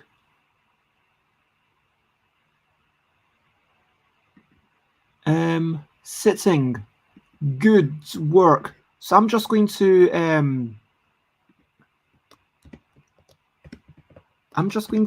do this. Show on the top left. These are all the letters. Remember, you can just look at sitting. There is no V. Remember, there's no V. Tint, sign, knit. Good words. Good words, people. Sighting. And as soon as the level gets completed, then it shows what was the fake letter, and later on it will show what is the hidden letter once we get to hidden letters, and it will show what are the answers once we get to hidden answers. So gins, we've got tints, good words, tints.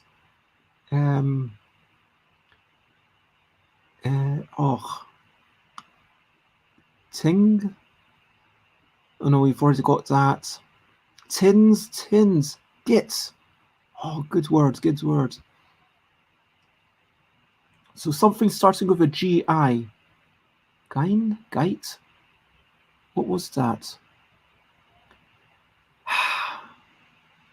I am really...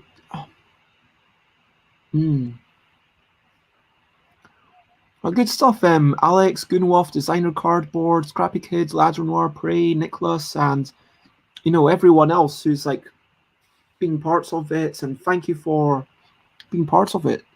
Games Cupboard. Gist. Gist. Oh yeah, the gist of it. Okay, yes. Yes. Okay. We are going to continue.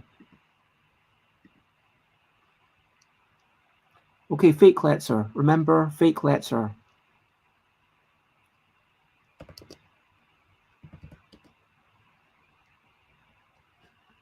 Okay, coaxial clot. Toxic. So either the X, O, or C, coat, C-O-A-T. O or C is fake. I don't know which one. It could be also O. Taxi. Toil. No, C is fake. Thank you. You were right. You are completely correct, Gunwolf. So now, Ilaots.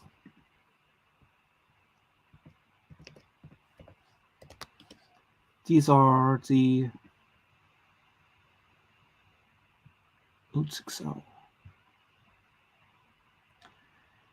Oh, oxtail, oxtail. Nice, nice, nice. Oh my gosh.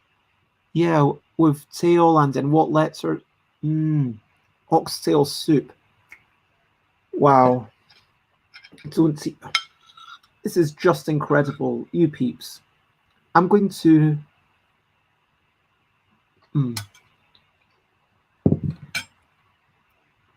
Remember, it must be 4 letters minimum. One of them starts with an A. Alto. Good word. Hello, Lemaine. Lovely to have you with us. One of them starts with a T. One of them starts. I think Atoll has double. I think Atoll. Let me double check actually how you spell Atoll, but I'm fairly sure it's Atoll. Is that correct? Yep, it's double L. Ring of Coral Rock. Atoll Island. But no, good attempt. And honestly, just sometimes chucking stuff in and seeing if it works is a very viable strategy. So let us continue.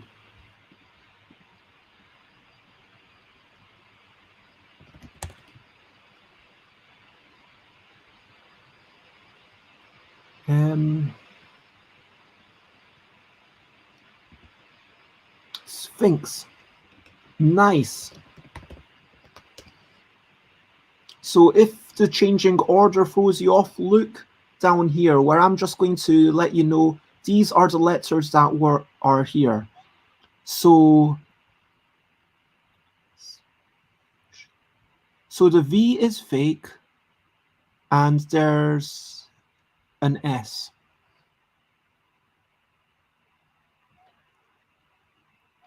And yeah, Lador Noir, exactly. One of these scoreboards is for the current level and the other scoreboard is for overall. Pins, good work, Alex and Lador Noir. Now I can take off my thing because you can see all the information. Snip, good word. Good word. Have we got, yeah, we've,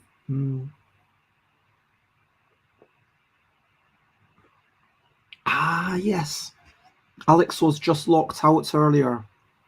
Remember, if it doesn't work, if you see someone else making a word, sometimes if you notice that they have a little lock sign, or maybe I should be stealing the word because I can see most clearly. Okay, so yes. Who was it who asked about the two things? I don't know. So level 4 ranking on the left, Alex got these words, Lemaine got 12 points worth of words, Ladronor got this many points, Scrappy Kids, Nicholas Straccia. So these are the people who managed to find and be the first to type the words. Whereas if you look at everything going on, and I never understand what the colors mean. I don't know why number 1 is gold and number 2 is silver and number 3 is... Wait a minute, is that meant to be bronze? That doesn't look bronze to me. I wonder if that is meant to be bronze. I just realized. Maybe it's meant to be gold, silver, bronze, but anyway. So yeah, there's all the people who've helped along the way. So yeah, lots of shouts outs. Okay. Yeah, that bronze, I'm not keen on that, but that's me quibbling. You know that I love to quibble.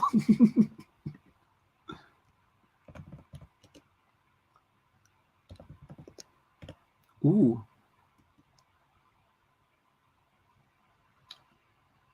L.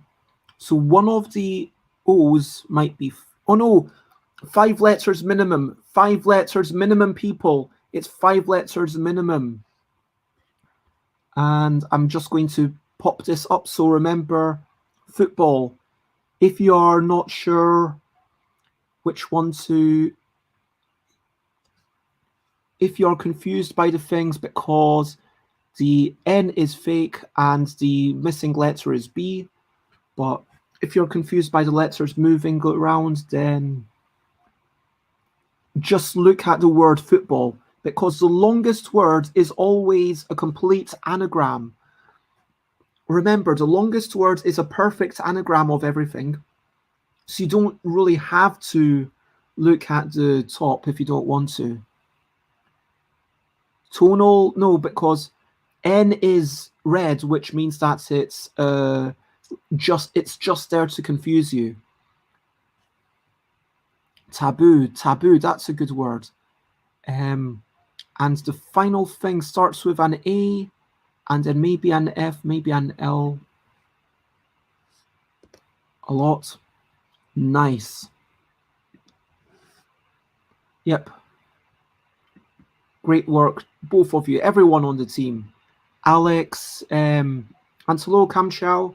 Thank you for reminding me to say hello, Alex. And thank you for being lovely and welcoming. It's lovely to obviously always have you here. So Alex, Lamine, Cam Chow, Praise, Scrappy Kid, Goonwolf, you're all super lovely. And holding onto Sliver. Silver. Ah. Yeah, don't worry. Let's see how far we can get. This is a really good showing. Level 20. Continue.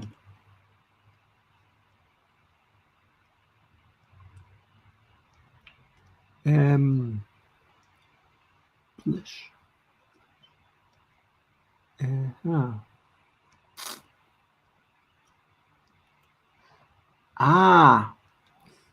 Whoops.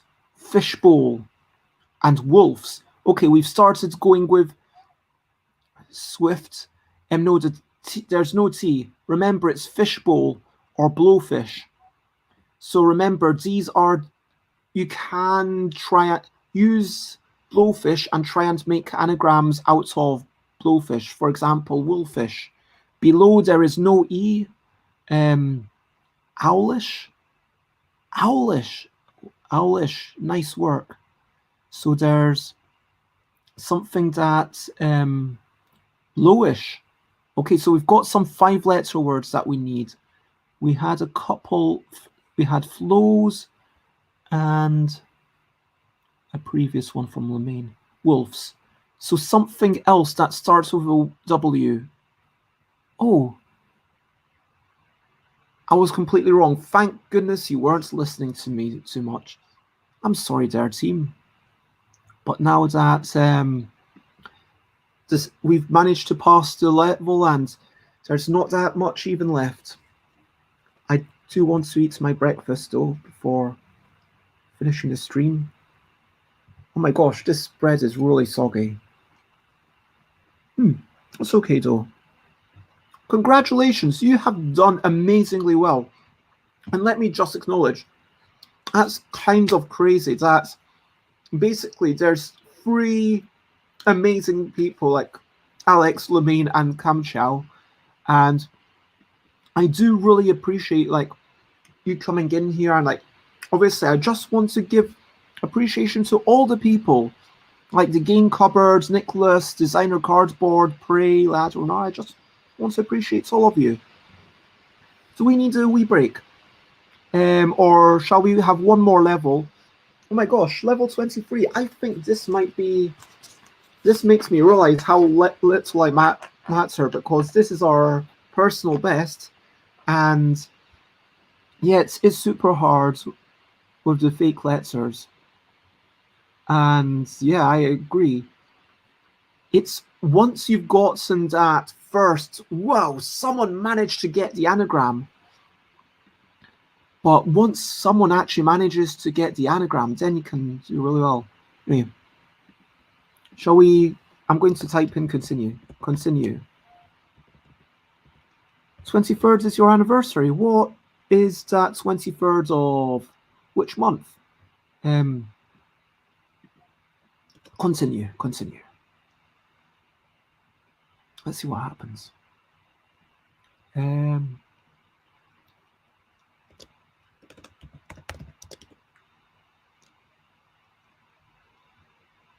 Milks. Okay, MILKS. So it is and swirl. Swirl. Oh, silkworm. Nice. Okay, so we've got silkworm is the... Remember, these are the letters that are actually legitimate. If you are confused by the thing, just look in this wee corner with the silkworm. That's the one thing that I can hopefully do to help you peeps. And nice work, Game Cupboard. I mean, we've got some experts here, and so anyone coming up with words here is just doing better than I can do, frankly. Silkworm.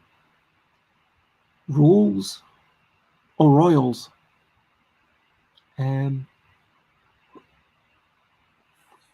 Limos, okay. Nice, we've passed the level. We have gone through level 23.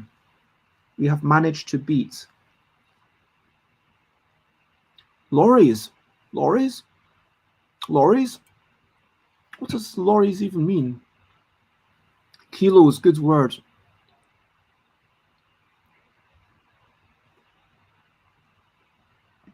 But lorries, really?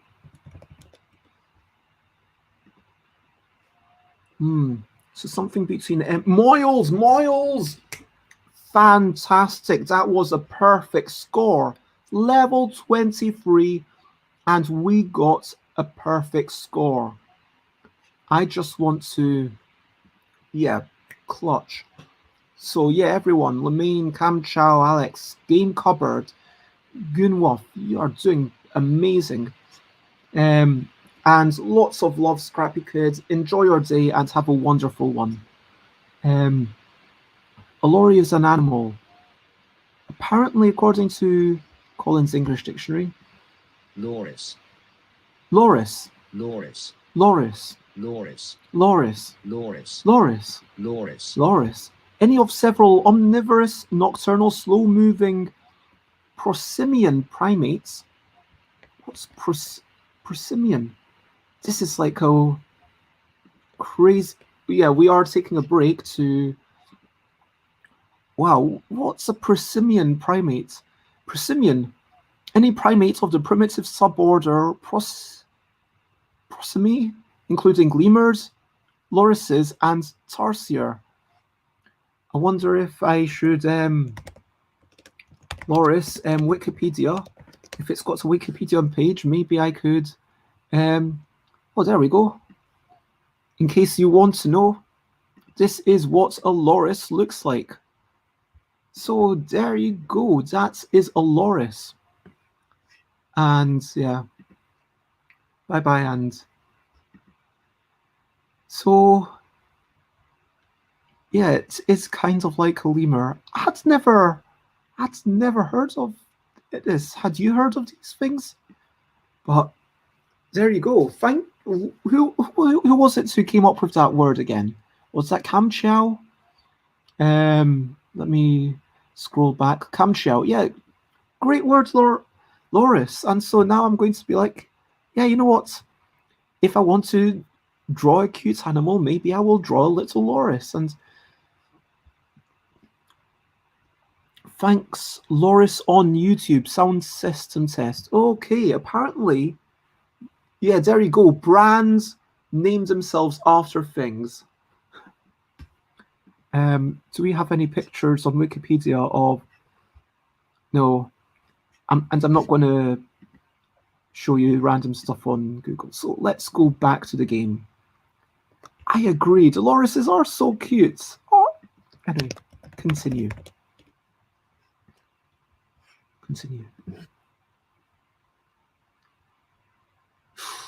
Two fake letters.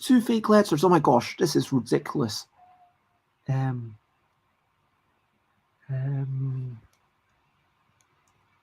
5 letters minimum. Oh, bulbed.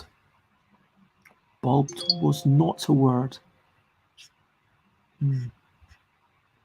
Ooh, decaying cup. Delude. Nice.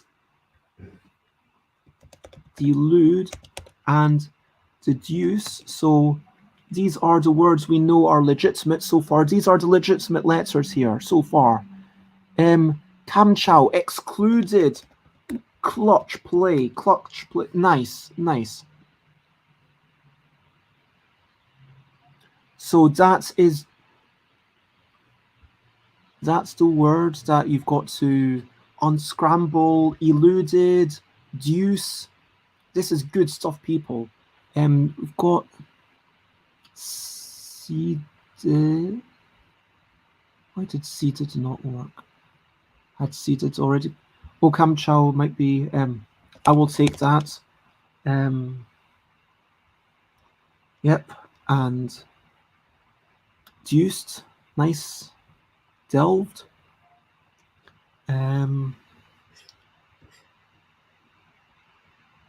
Colics.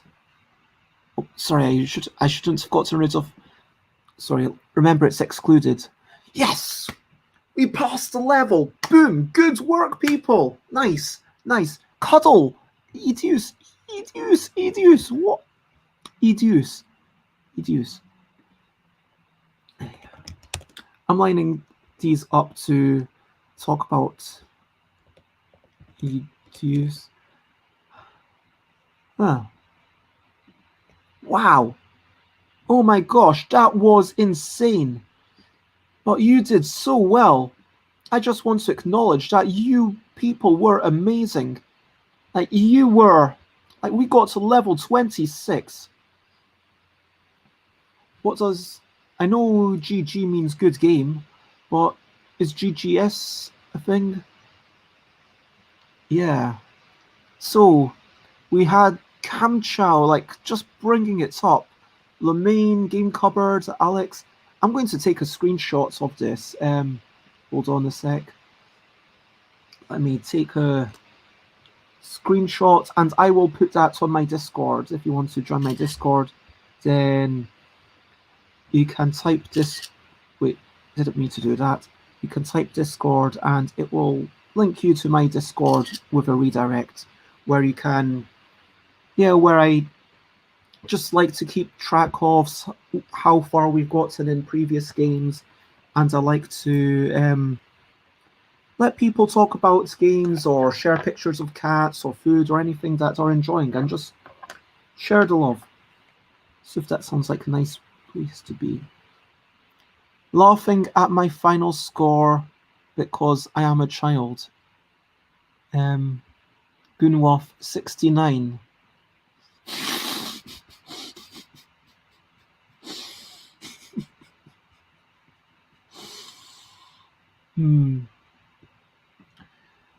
On Adder Noir, I still very much appreciate you.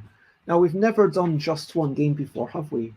We've always done a minimum of 3 games. I might do just 2 games today, depending on how things go. It is already been... But how do people feel about one, maybe 2 more games?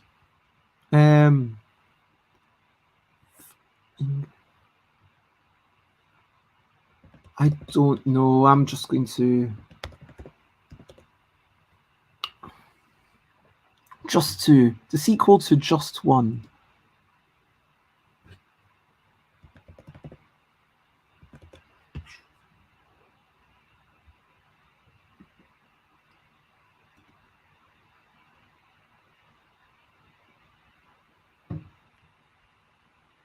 Finger! Fringe! Yay, I managed to get one of the long ones. 1, 2, 3, 4, 5, 6.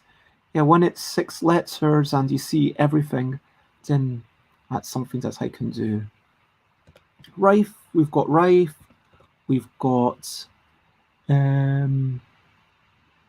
I should have let you do that. We've got Rain, but without a G. We've got R-E-I-N. We've got Feign, good word, Feign. Nerf. Why does that not work? And we've got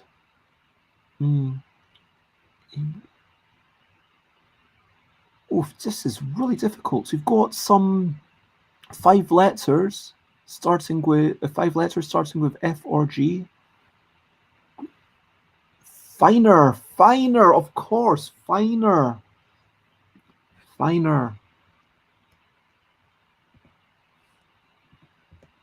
Yeah, I don't know. I'm just going to type in random words. Grin, of course, grin.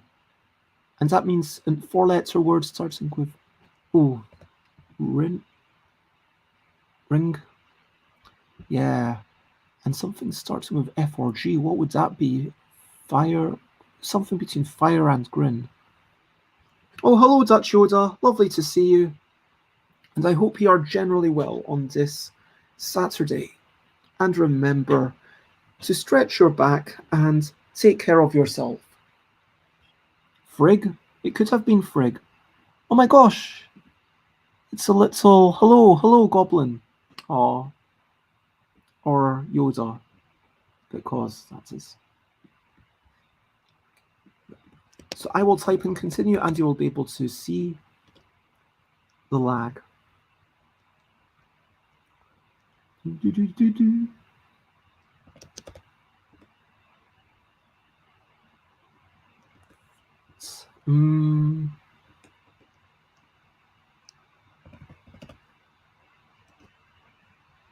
Goblin or Yoda, that's like the rabbit duck test for us nerds. Diffract. No, there's no traffic. I think you're right. Try it again, Yoda. Go again. Traffic. I'm not going to steal your... Yeah, Gunwolf, good on you. Honestly, when we get to the later levels, you will have to get in there and just take these things. Just to try and... Nah, don't feel bad. See, Dutch Yoda's all good. Dutch Yoda's a lovely person. Cart. Good words. Craft. Yeah, lovely to see all the love going round. Okay. Raft. Got a bunch of 4 letters, 1 5-letter starting with pretty much anything. Oof. You know what? I'm just going to sit here and tell you about my tomatoey bread, about my soggy bread.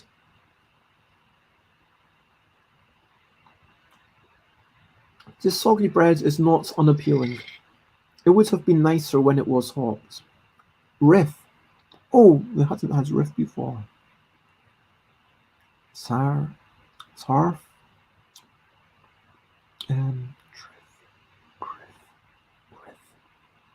Frat, good word, frat. Yeah. Anyway, we skipped the maximum number of levels.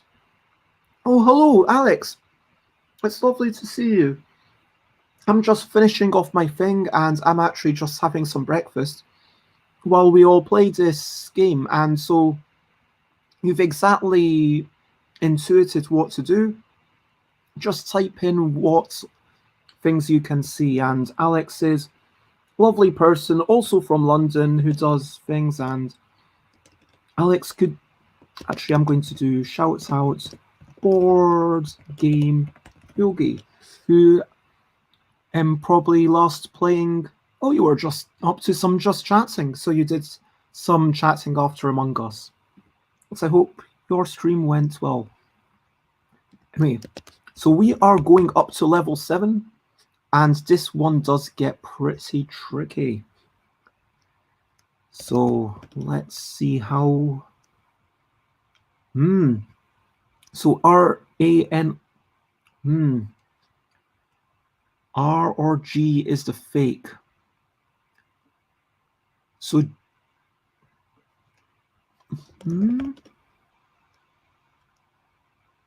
R is the fake. Lasagna, nice.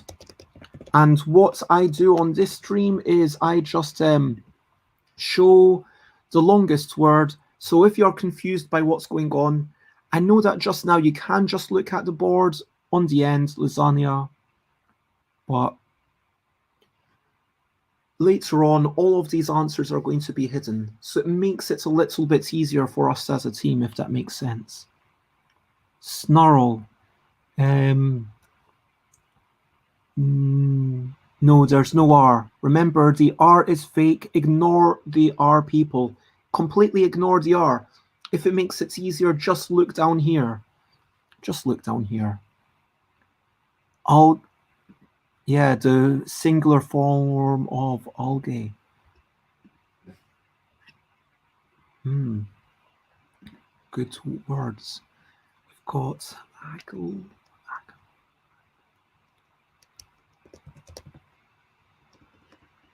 If it helps you, do bear in mind that everything is in alphabetical order.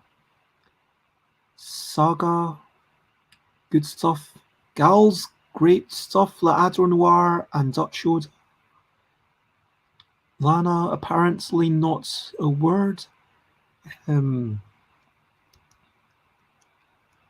Alas, of course.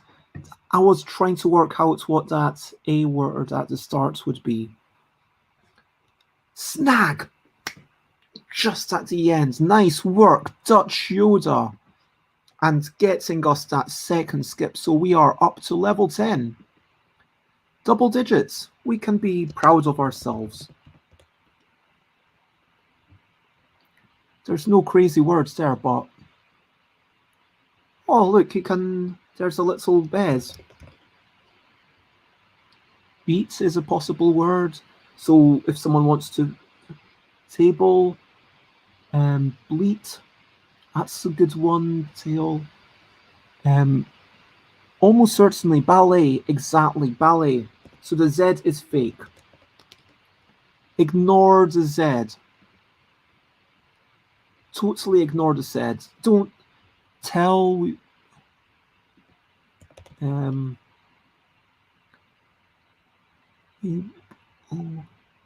got Bell. Oh, you might have been. I'm taking that off you, Bella. Why is that not working? Apparently not a word. Apparently Bella is not a word. Belt, good one. Got label. Yeah, spelt the American way. A bet. Good word. Good work. And now that the level is completed, the red letters are just there to confuse you, but you can always look at the ballet, which in this instance Alex managed to find, and there's something between ball and beat. Some bait. There we go. You are just a wee bit too slow, but really good work, Alex. Really impressed. So, exactly. Alex, Goonwolf, Dutch Yoda, Game Cupboard, Prey, Lamaine, and Board Game Yogi. You know, great work, all of you. Continue. Let's see what happens.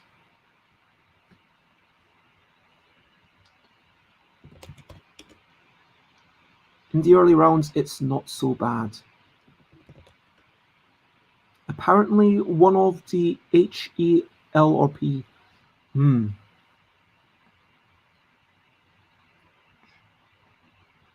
E.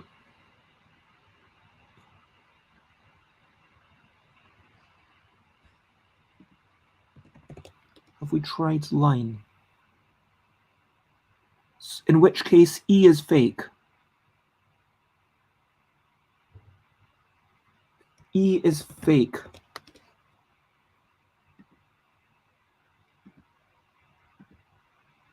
Because dolphin. Nice. Dolphin. Okay. So from now on, the missing letter was a D, and there is no E. So yeah. Idle.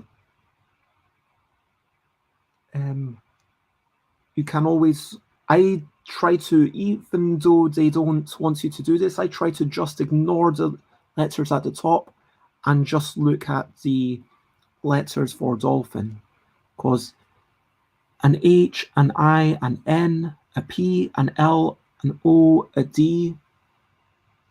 What else can you think of?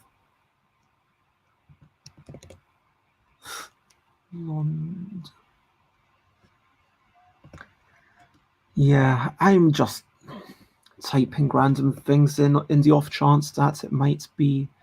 We've already got plots. Lido. Okay, we managed to complete the level at least, but we are struggling. That was a big struggle. Hind, good work, Le Adrenoir. And so, congratulations. Things are getting tricky. We skipped one level despite what it says. And Alex, Le Adrenoir, Alex, Dutch Yoda. No, great stuff. Just shout outs to everyone here. You're all great work, team.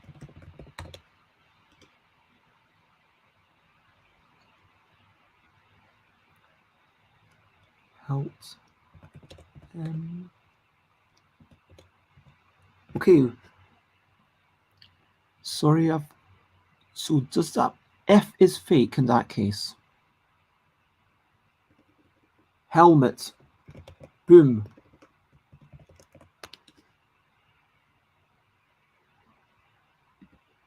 That is the word. Helmet. So there are two E's. F is fake. Alex, F is fake. Okay, we've managed to nail this one. It's only the second padlock and we've already beaten it. Good work, team. You've got meat. Good work. Good work, Lemaine. Sorry. Melt, we already had that, but that is another good word. Remember, because it's in alphabetical order, you can think that meth. Nice, Prey got meth.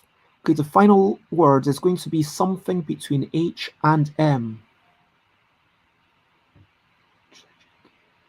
It could start with an L, H, L, or M. Helt. Heme. Heme. Heme. Heme. Heme. It's time for another Learn a Word with Bez. Heme. The US spelling of heme. What's heme? Heme. Heme. Heme. Heme. Heme. A complex red organic pigment containing ferrocyanine present in hemoglobin. Hemoglobin. Wow. So yeah, it's basically something in your blood. Wow, that is really, yeah. That is another great definition brought to us by Collins English Dictionary. I think this is a quality definition. Good work, Collins English Dictionary. Oh yeah, of course, that's yeah. No one knew what it meant, not even Alex. This is why just sometimes trying out things, it's what it's all about. It's okay, I'm about to press continue. Are you ready? 3, 2, 1.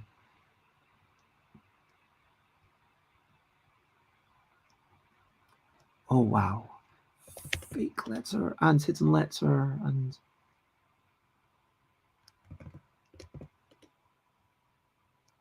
toads. W is fake.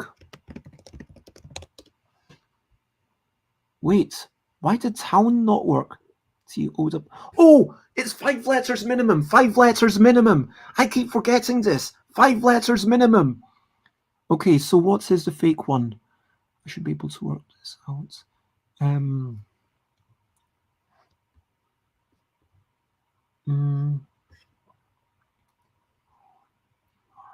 Is R is fake? I think R is fake. Yep. Thank you, Yoda. That's R is definitely fake.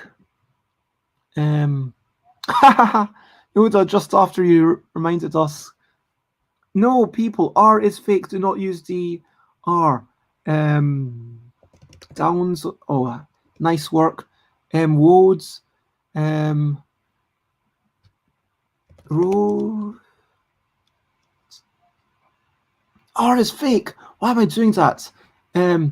Okay, just ignore everything. So we've got a C. So coats. Someone do coats and coast.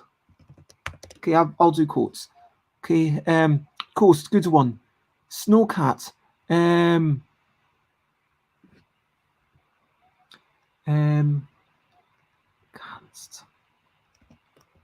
I don't know if this is a word. Yes, it says a word like nine. Oh, I don't think snowcats is a word because SNO.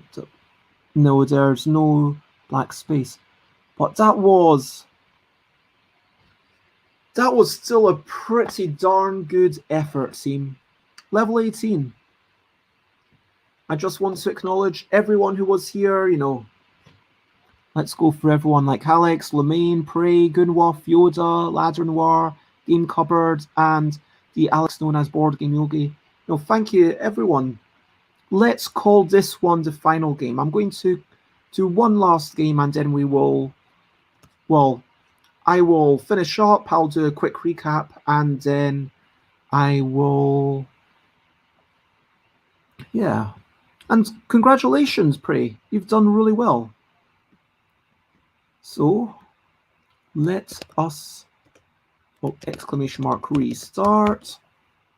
And we are restarting.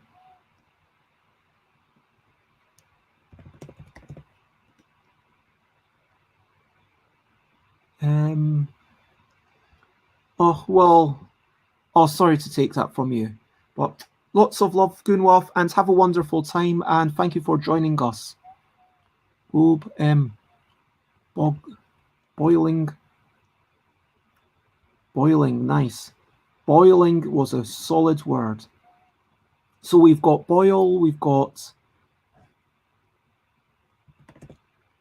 yeah, bling, does that, yep. Oiling, of course, if we have boiling, why is bling not a word? Surely bling should be a word. Come on, bling. Come on, bling. I'm just angry at this. I'm not going to say anything more. You can play without me.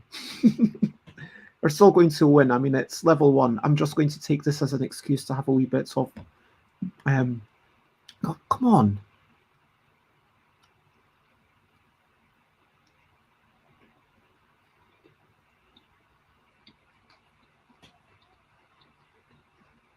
Great words from Alex, Prey, Lemaine. Bingo. We already had bingo, but that's a good word as well.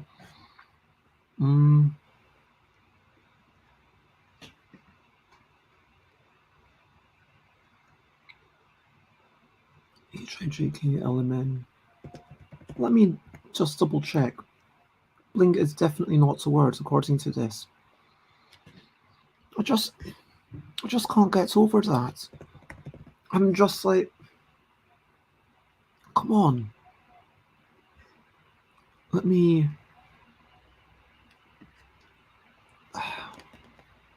And well done, Lemaine, for Bleeny. Oh man, that's such a good word. Lob. And now Bez rants about the fact that bling is not a word. So according to Collins English Dictionary, some people refer to expensive or fancy jewelry as bling or bling bling. And this is a great definition with a couple of lovely examples. And now look at Merriam-Webster. Does that have bling? Let's see. I'm just curious because was I wonder if maybe Words on Stream only does things that they think is. And yeah, Merriam-Webster, bling, flashy jewelry, one special as an indication of wealth or status broadly. I'm still annoyed at Words on Stream. How are points assigned? Asks Prey. On the top, you see that letters have some sort of points value. So more difficult letters have higher points. So if you were playing 2 points, and if we're playing 2 points for the sake of passing the levels, then maybe focus on those letters that have more points assigned to them. Does that make sense? I hope it makes sense. I will take one more bite from this so that you can.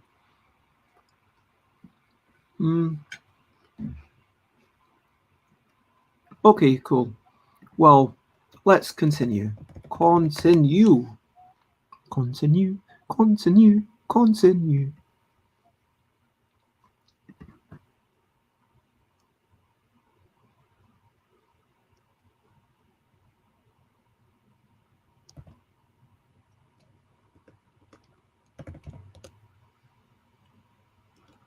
I know, I feel like I'm just on the cusp of getting the long. Imitate. Oh, I was sure that I was trying to work out what were the letters outside of time. There was like tame time. And I was like, that doesn't make any sense.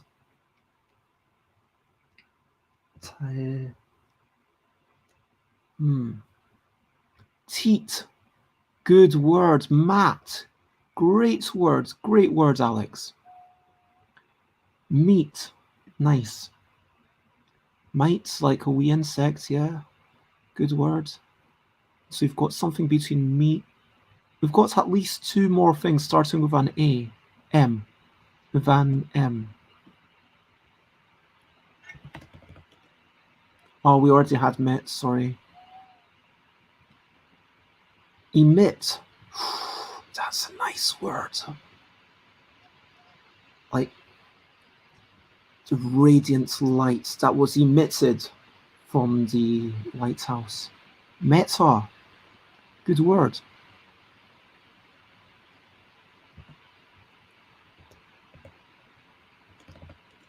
I think Matt might. Yeah, Matt is an alternative spelling of Matt with an E at the end. So yeah. And remember, Prey, I don't know if this will help you, but remember that all the words in the list are alphabetical. So it can really help up until we get to level 19, of course. But it can help to bear in mind where things are in dictionary order, if that makes sense. So let us continue and see how we get on.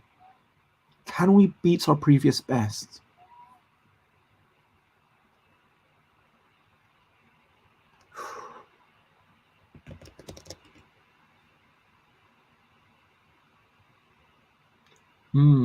There's no E there.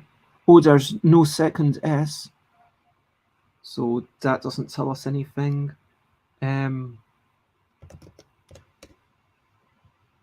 Okay, so at least we know that those letters aren't fake.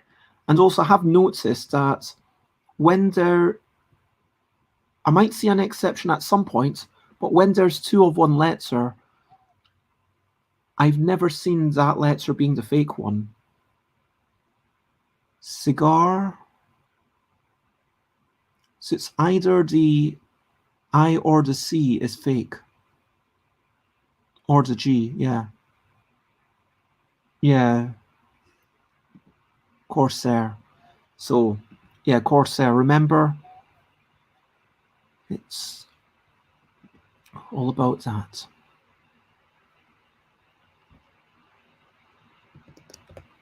And just airs, good one. Oh, oars. And orcas. Like the orcas are playing their wonderful music down in the sea. Beautiful whale song. Nice. Arcs. Come on, we've got to get one more. Just one more. Roars! Of course! If we had roar, of course there is roars. Of course. Nice work, Alex. Alex, you got us just over the line. And so, but a shout out to everyone who was involved in that. Shout out to Alex, Prey, Game Cupboard, and Lemaine, and of course Ladder Noir, who's been helping getting us up to this point. So, no, good work, everyone. Good work, team.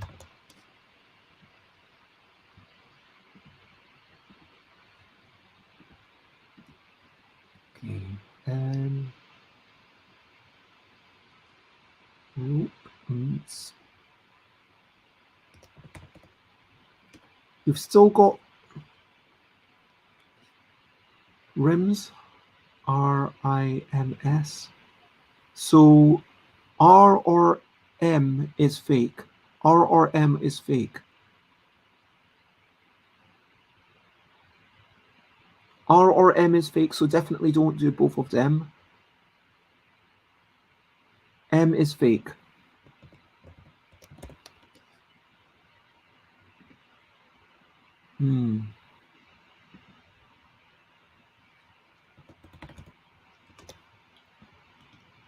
And yeah, this is where, can we even think of anything? Nice work, Prey, with pins.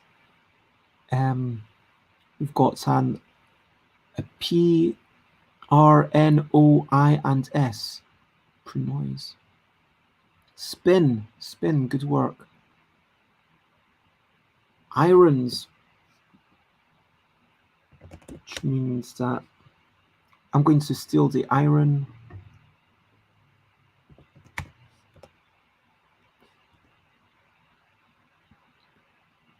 Porns? Try porn.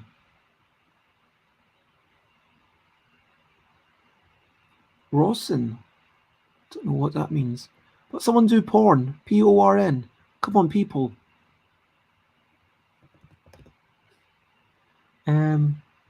There needs to be 4 letters minimum. Oh, I think this is where it all falls down.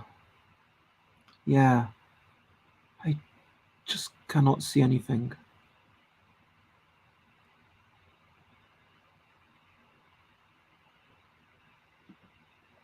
What got auto-modded? What did you try to say, Alex? Can you... Level 8, that was disappointing. That was surprisingly difficult. Nips. So I did say that was going to be the last game. And even though I could keep playing for ages, and so the time has come. So thank you, Alex, Prey, Lemaine, Prey, Ladder Noir, and the Game Cupboard. You are all lovely people. How were there 2 more 5-letter words? Yeah, I know, it kind of... You can't believe that there's so much that we didn't find. Prison. Like, there was another 6-letter one. Lots of love. Bye-bye. I'm going to actually change my category again. Pray that's a bit late. Let me change this category to just chatting. And so... on... It was... yeah, I know you always want to play more. I totally feel you. But, yeah, lots of love. So, lots of love to you. I hope you do manage to get back to sleep. So, what did we talk about today? Let's have a quick recap, wrap up. We talked about April Fools. We talked about Jay from 3 Minute Board Games, where's Jay's from 3 Minute Board Games? Yeah, who did 100 board game reviews in about 3 minutes. That was a really good April Fool's. And who talks about Stonemeyer, who had some lovely products that, honestly, I see no reason to buy them. But no, it's kind of it's an interesting joke. It's kind of, yeah, the reason that we're doing this is we're making a joke at ourselves that, yes, we're admitting that the real eggs do look edible and this is a known thing, and hey, some rule sheets are having text that is too tiny, and I think there's a lovely thing about that. And then we talked about Sizda Bedar, which is an Iranian custom where you tie up the grass and then you throw the grass literally into the water. It's got to be moving water. That's a big part of it. Then we talked about Games with Garfield, and this is definitely a great show. I heartily recommend this one to everyone. I'm going to actually share this link one more time in Twitch, because if you've not already checked that out, definitely check that out. We talked about scavenger hunts with Prey, who is now either leaving or has already gone, and Prey and I were part of this scavenger hunt, us two along with Xate, part of Nona Plays Games, Shelfapalooza thing.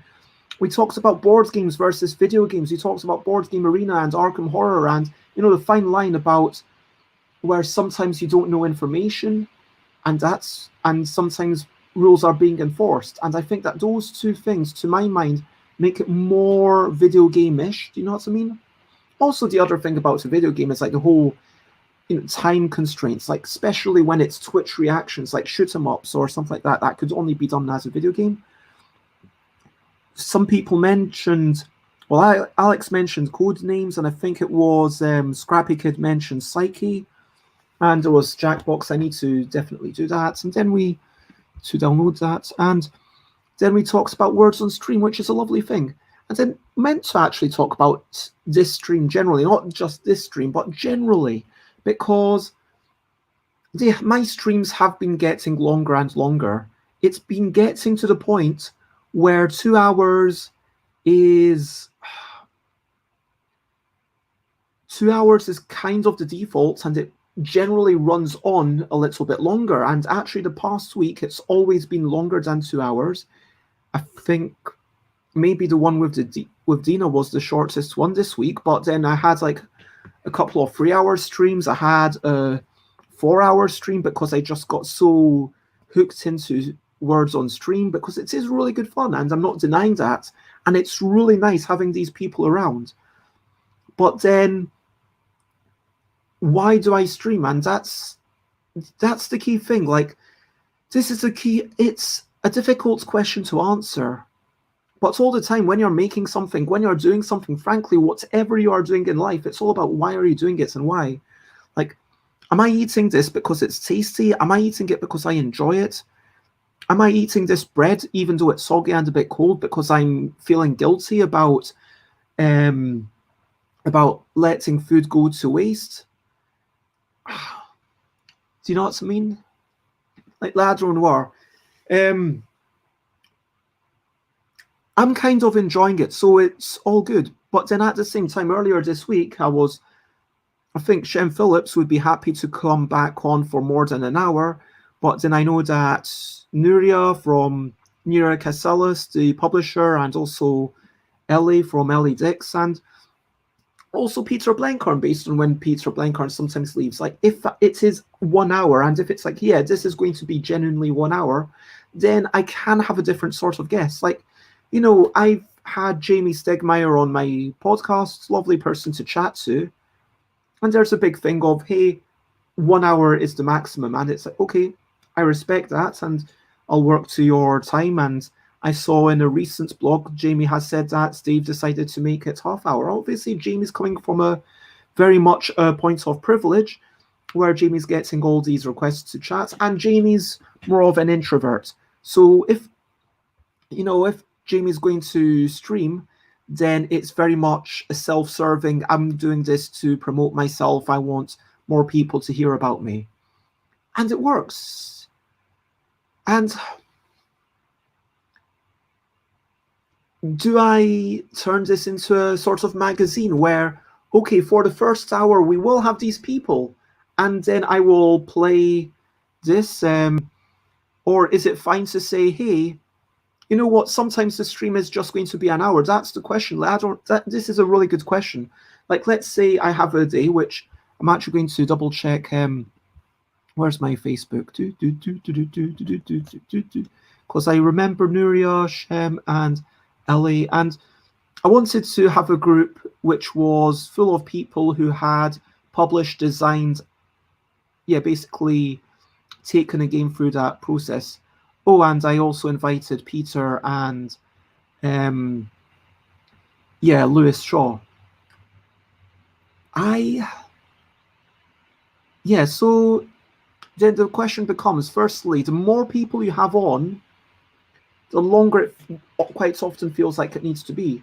And if it is myself, Ellie, Peter, Nuria, who is that? Yeah. Ellie, Nuria, Shem, Peter, me. And so like it's 5 of us. And we could talk about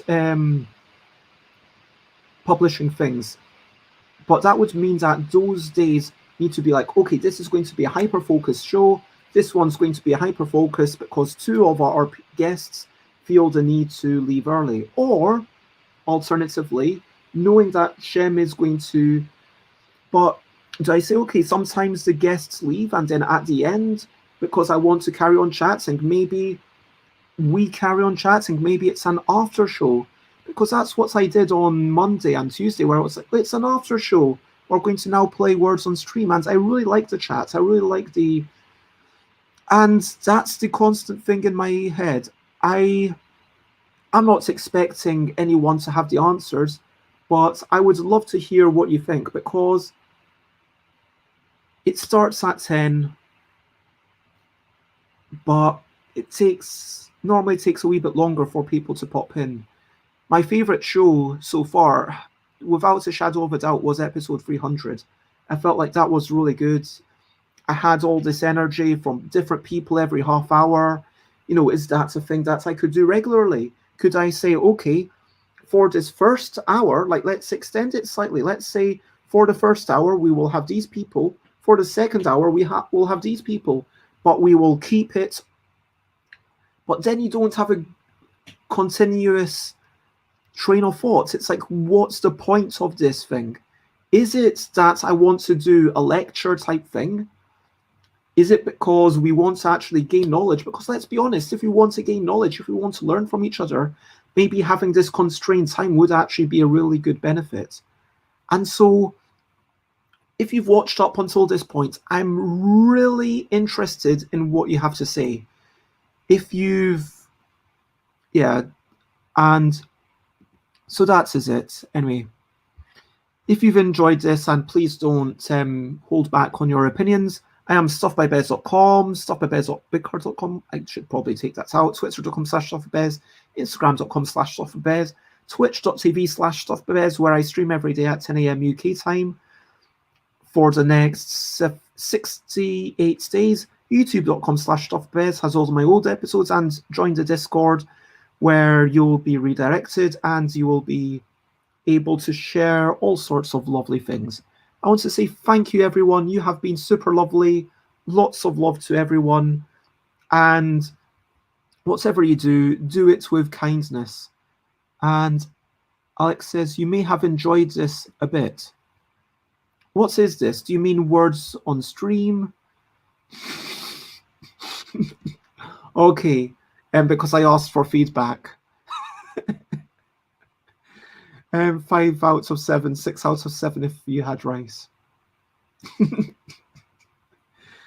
Okay, always with the flippant remarks. I get that. And for sure, doing a shorter stream makes it more pertinent, more useful for later on. And the reason why am I doing longer streams? It is because I just enjoy being, surrounded by people. I enjoy being part of a crowd.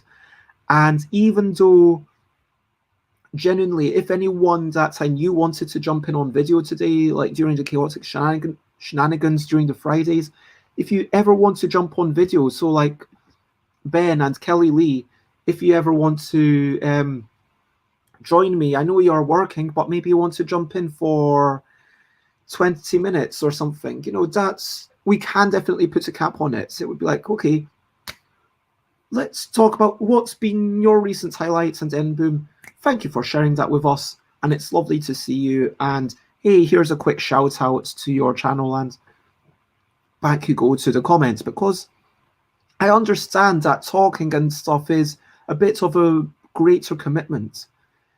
It's so parts of me wants to make this a big long, let's everybody get together and have all the fun, let's just chat about everything, let's just go through everything, and maybe that should be Friday, maybe Fridays should be a bit longer, maybe I should say to Jason, you know what, or maybe Saturday, I don't know, Saturday, but Saturday I had for interviews, because there's a lot of people who normally can't interview on other days of the week, so I have them on Saturday, and today was actually just chaotic shenanigans because someone pulled out last minute. So instead of having someone else, you get me on my own and talking about eggs and talking about April Fools and 3-minute board games and summer games and Cesar Bidar and Maltesers and Board Game Arena and Games with Garfield and Luna Pales Games and Shelf Palooza and Board Games versus Video Games and Codenames and Psyche and App and Jackbox.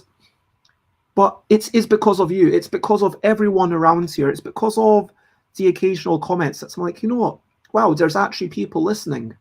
There's people engaging. And even if it's not because of me, being around people is the most wonderful people. And Le Adre Noir, so Tuesday is going to be more formal. Tuesday, I will start off. I will talk about, actually, well, yeah, I don't know, maybe next Friday, would next Friday work?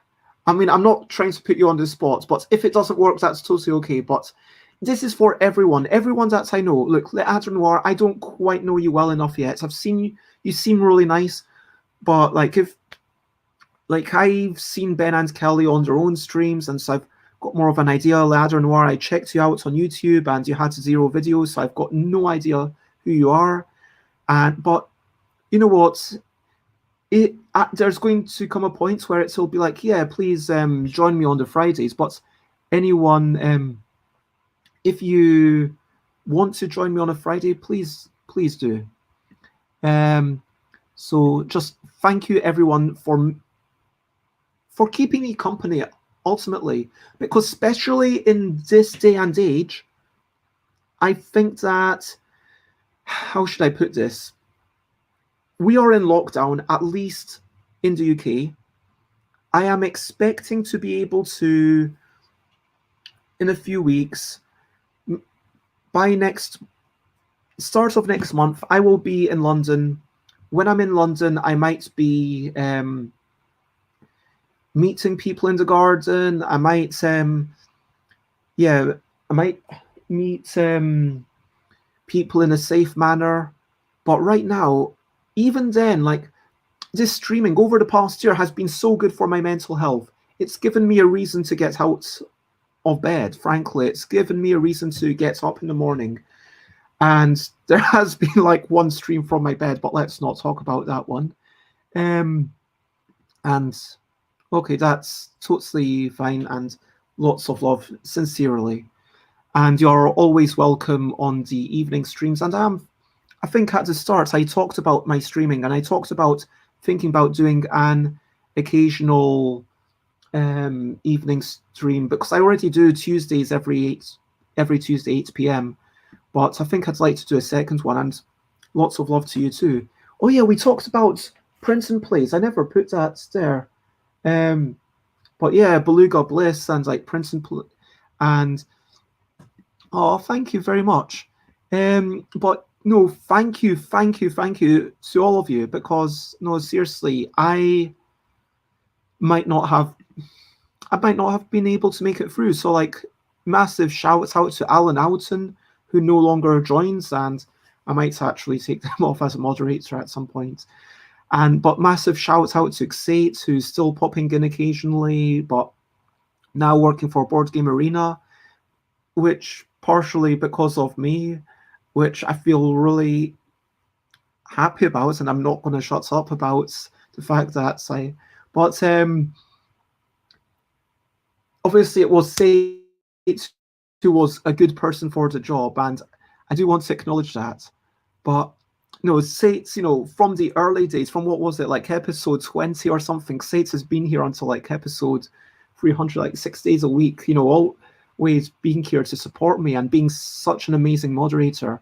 And Alex, having you here, like having you here as a regular face, and Nicholas, and the Games Cupboard, and Adder Noir, like how you came, you're just a new friend and just a new face in the chat, but having you pop in again, it really means a lot. And Prey and Lemaine, and even like the people who pop in just for words on stream, and then once words on stream is done, it's like, okay, well, thank you very much. I totally get that, because sometimes it is a case that I care more about the game. And when did I start streaming? Just over a year ago. So I could I double check? I'm not going to double check right now. Actually, maybe I will. YouTube.com/stuffbybez. Let me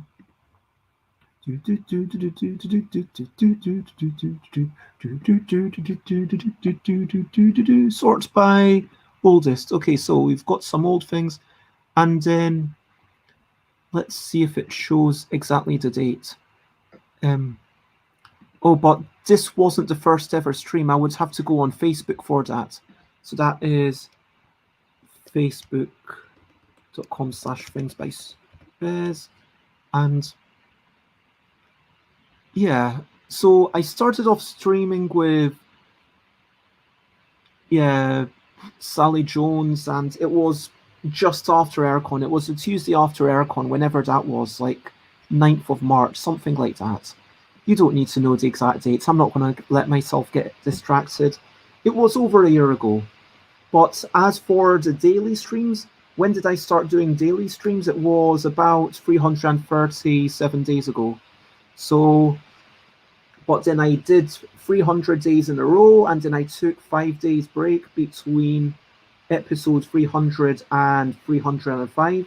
So it was a bit weird. There were like episodes every other day or something. But now I'm going to be like, okay, I'll get to episode 400 and then I'll have like a 3-week break. And that brings me to my next thing. Yeah. Firstly, next streams, if you look at stuffbybez.com/streams, it will show you my calendar, and way off into the future, episode 10th of June is apparently episode 400, and I think I'm going to have about 2 or 3 weeks break. I'm not sure, but we've got this new discussing media making thing that I'm quite excited about, and I think it's going to be a 3 weeks break. But let me actually, I need to go into my own calendar to delete that. But yeah, anyway, yeah, 332, exactly. So this is the point where I ask my final question to you, and I say, over to you. What are you up to? You can share anything you want to. So whether it's a matter of pride, whether it's something that just made you feel good inside, whether it's something that made you laugh, or whether it's something that made you feel like you're just human enough, whether it is something to be proud and bring you joy, or whether it's an accomplishment, something on the to-do list that you want to tick off and destroy. My question now for you all is, over to you. What are you up to? You can share anything you want to.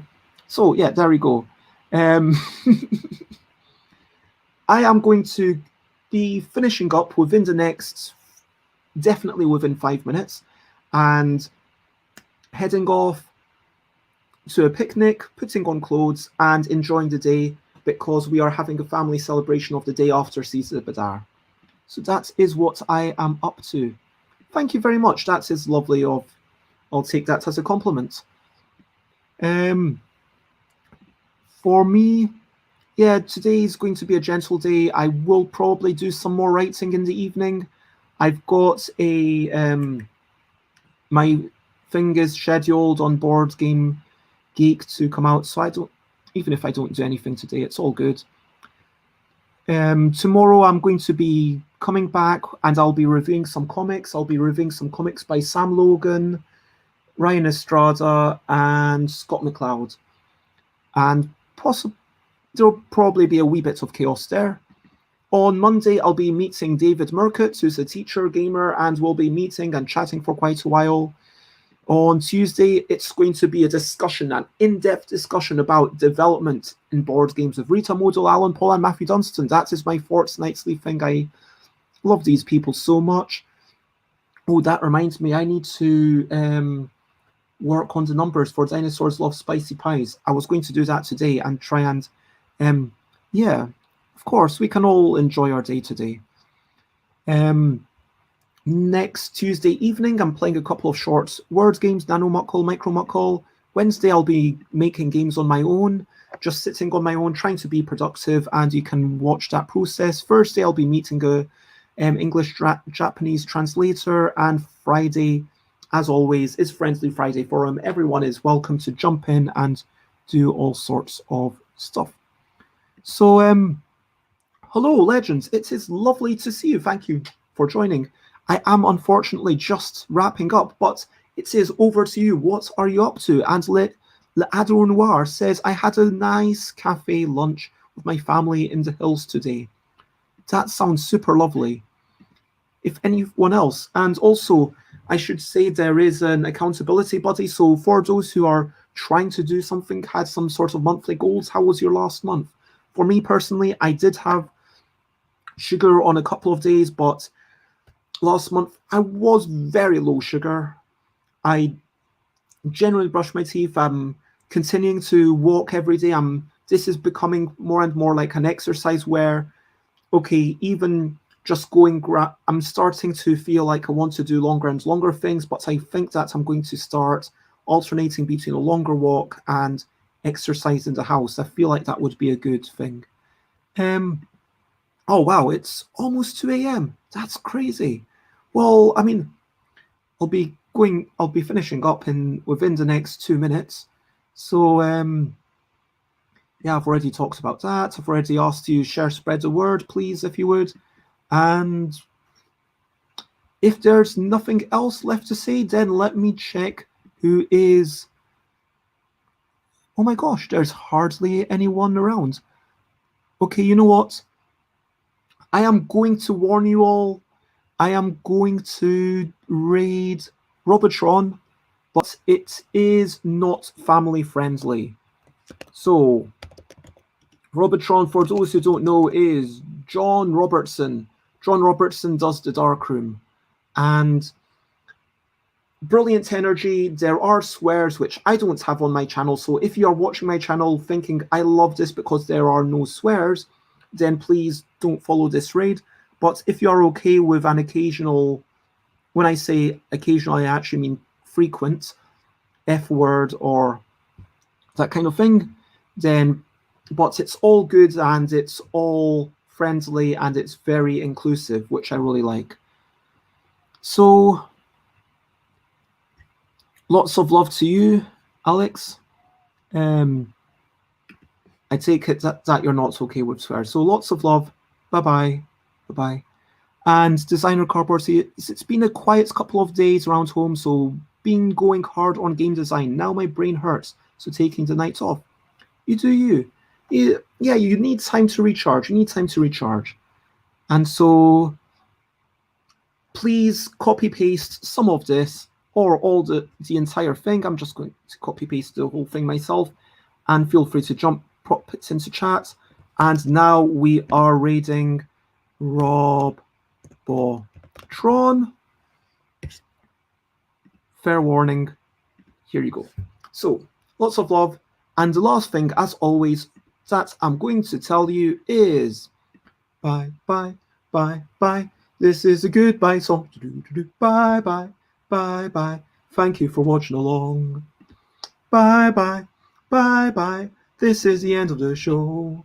Bye, bye, bye, bye. And now it's time to go. Bye, bye, bye, bye. This is a goodbye song.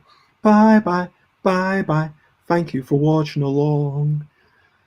Bye, bye, bye, bye. This is the end of the show. And now bye, bye, bye, bye.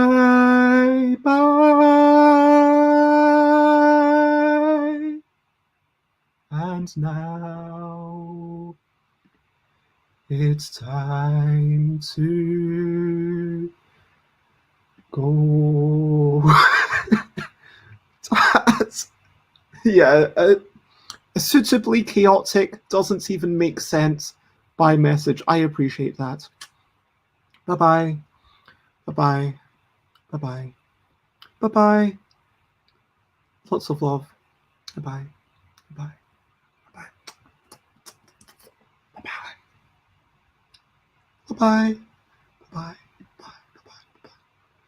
Bye-bye. Bye-bye.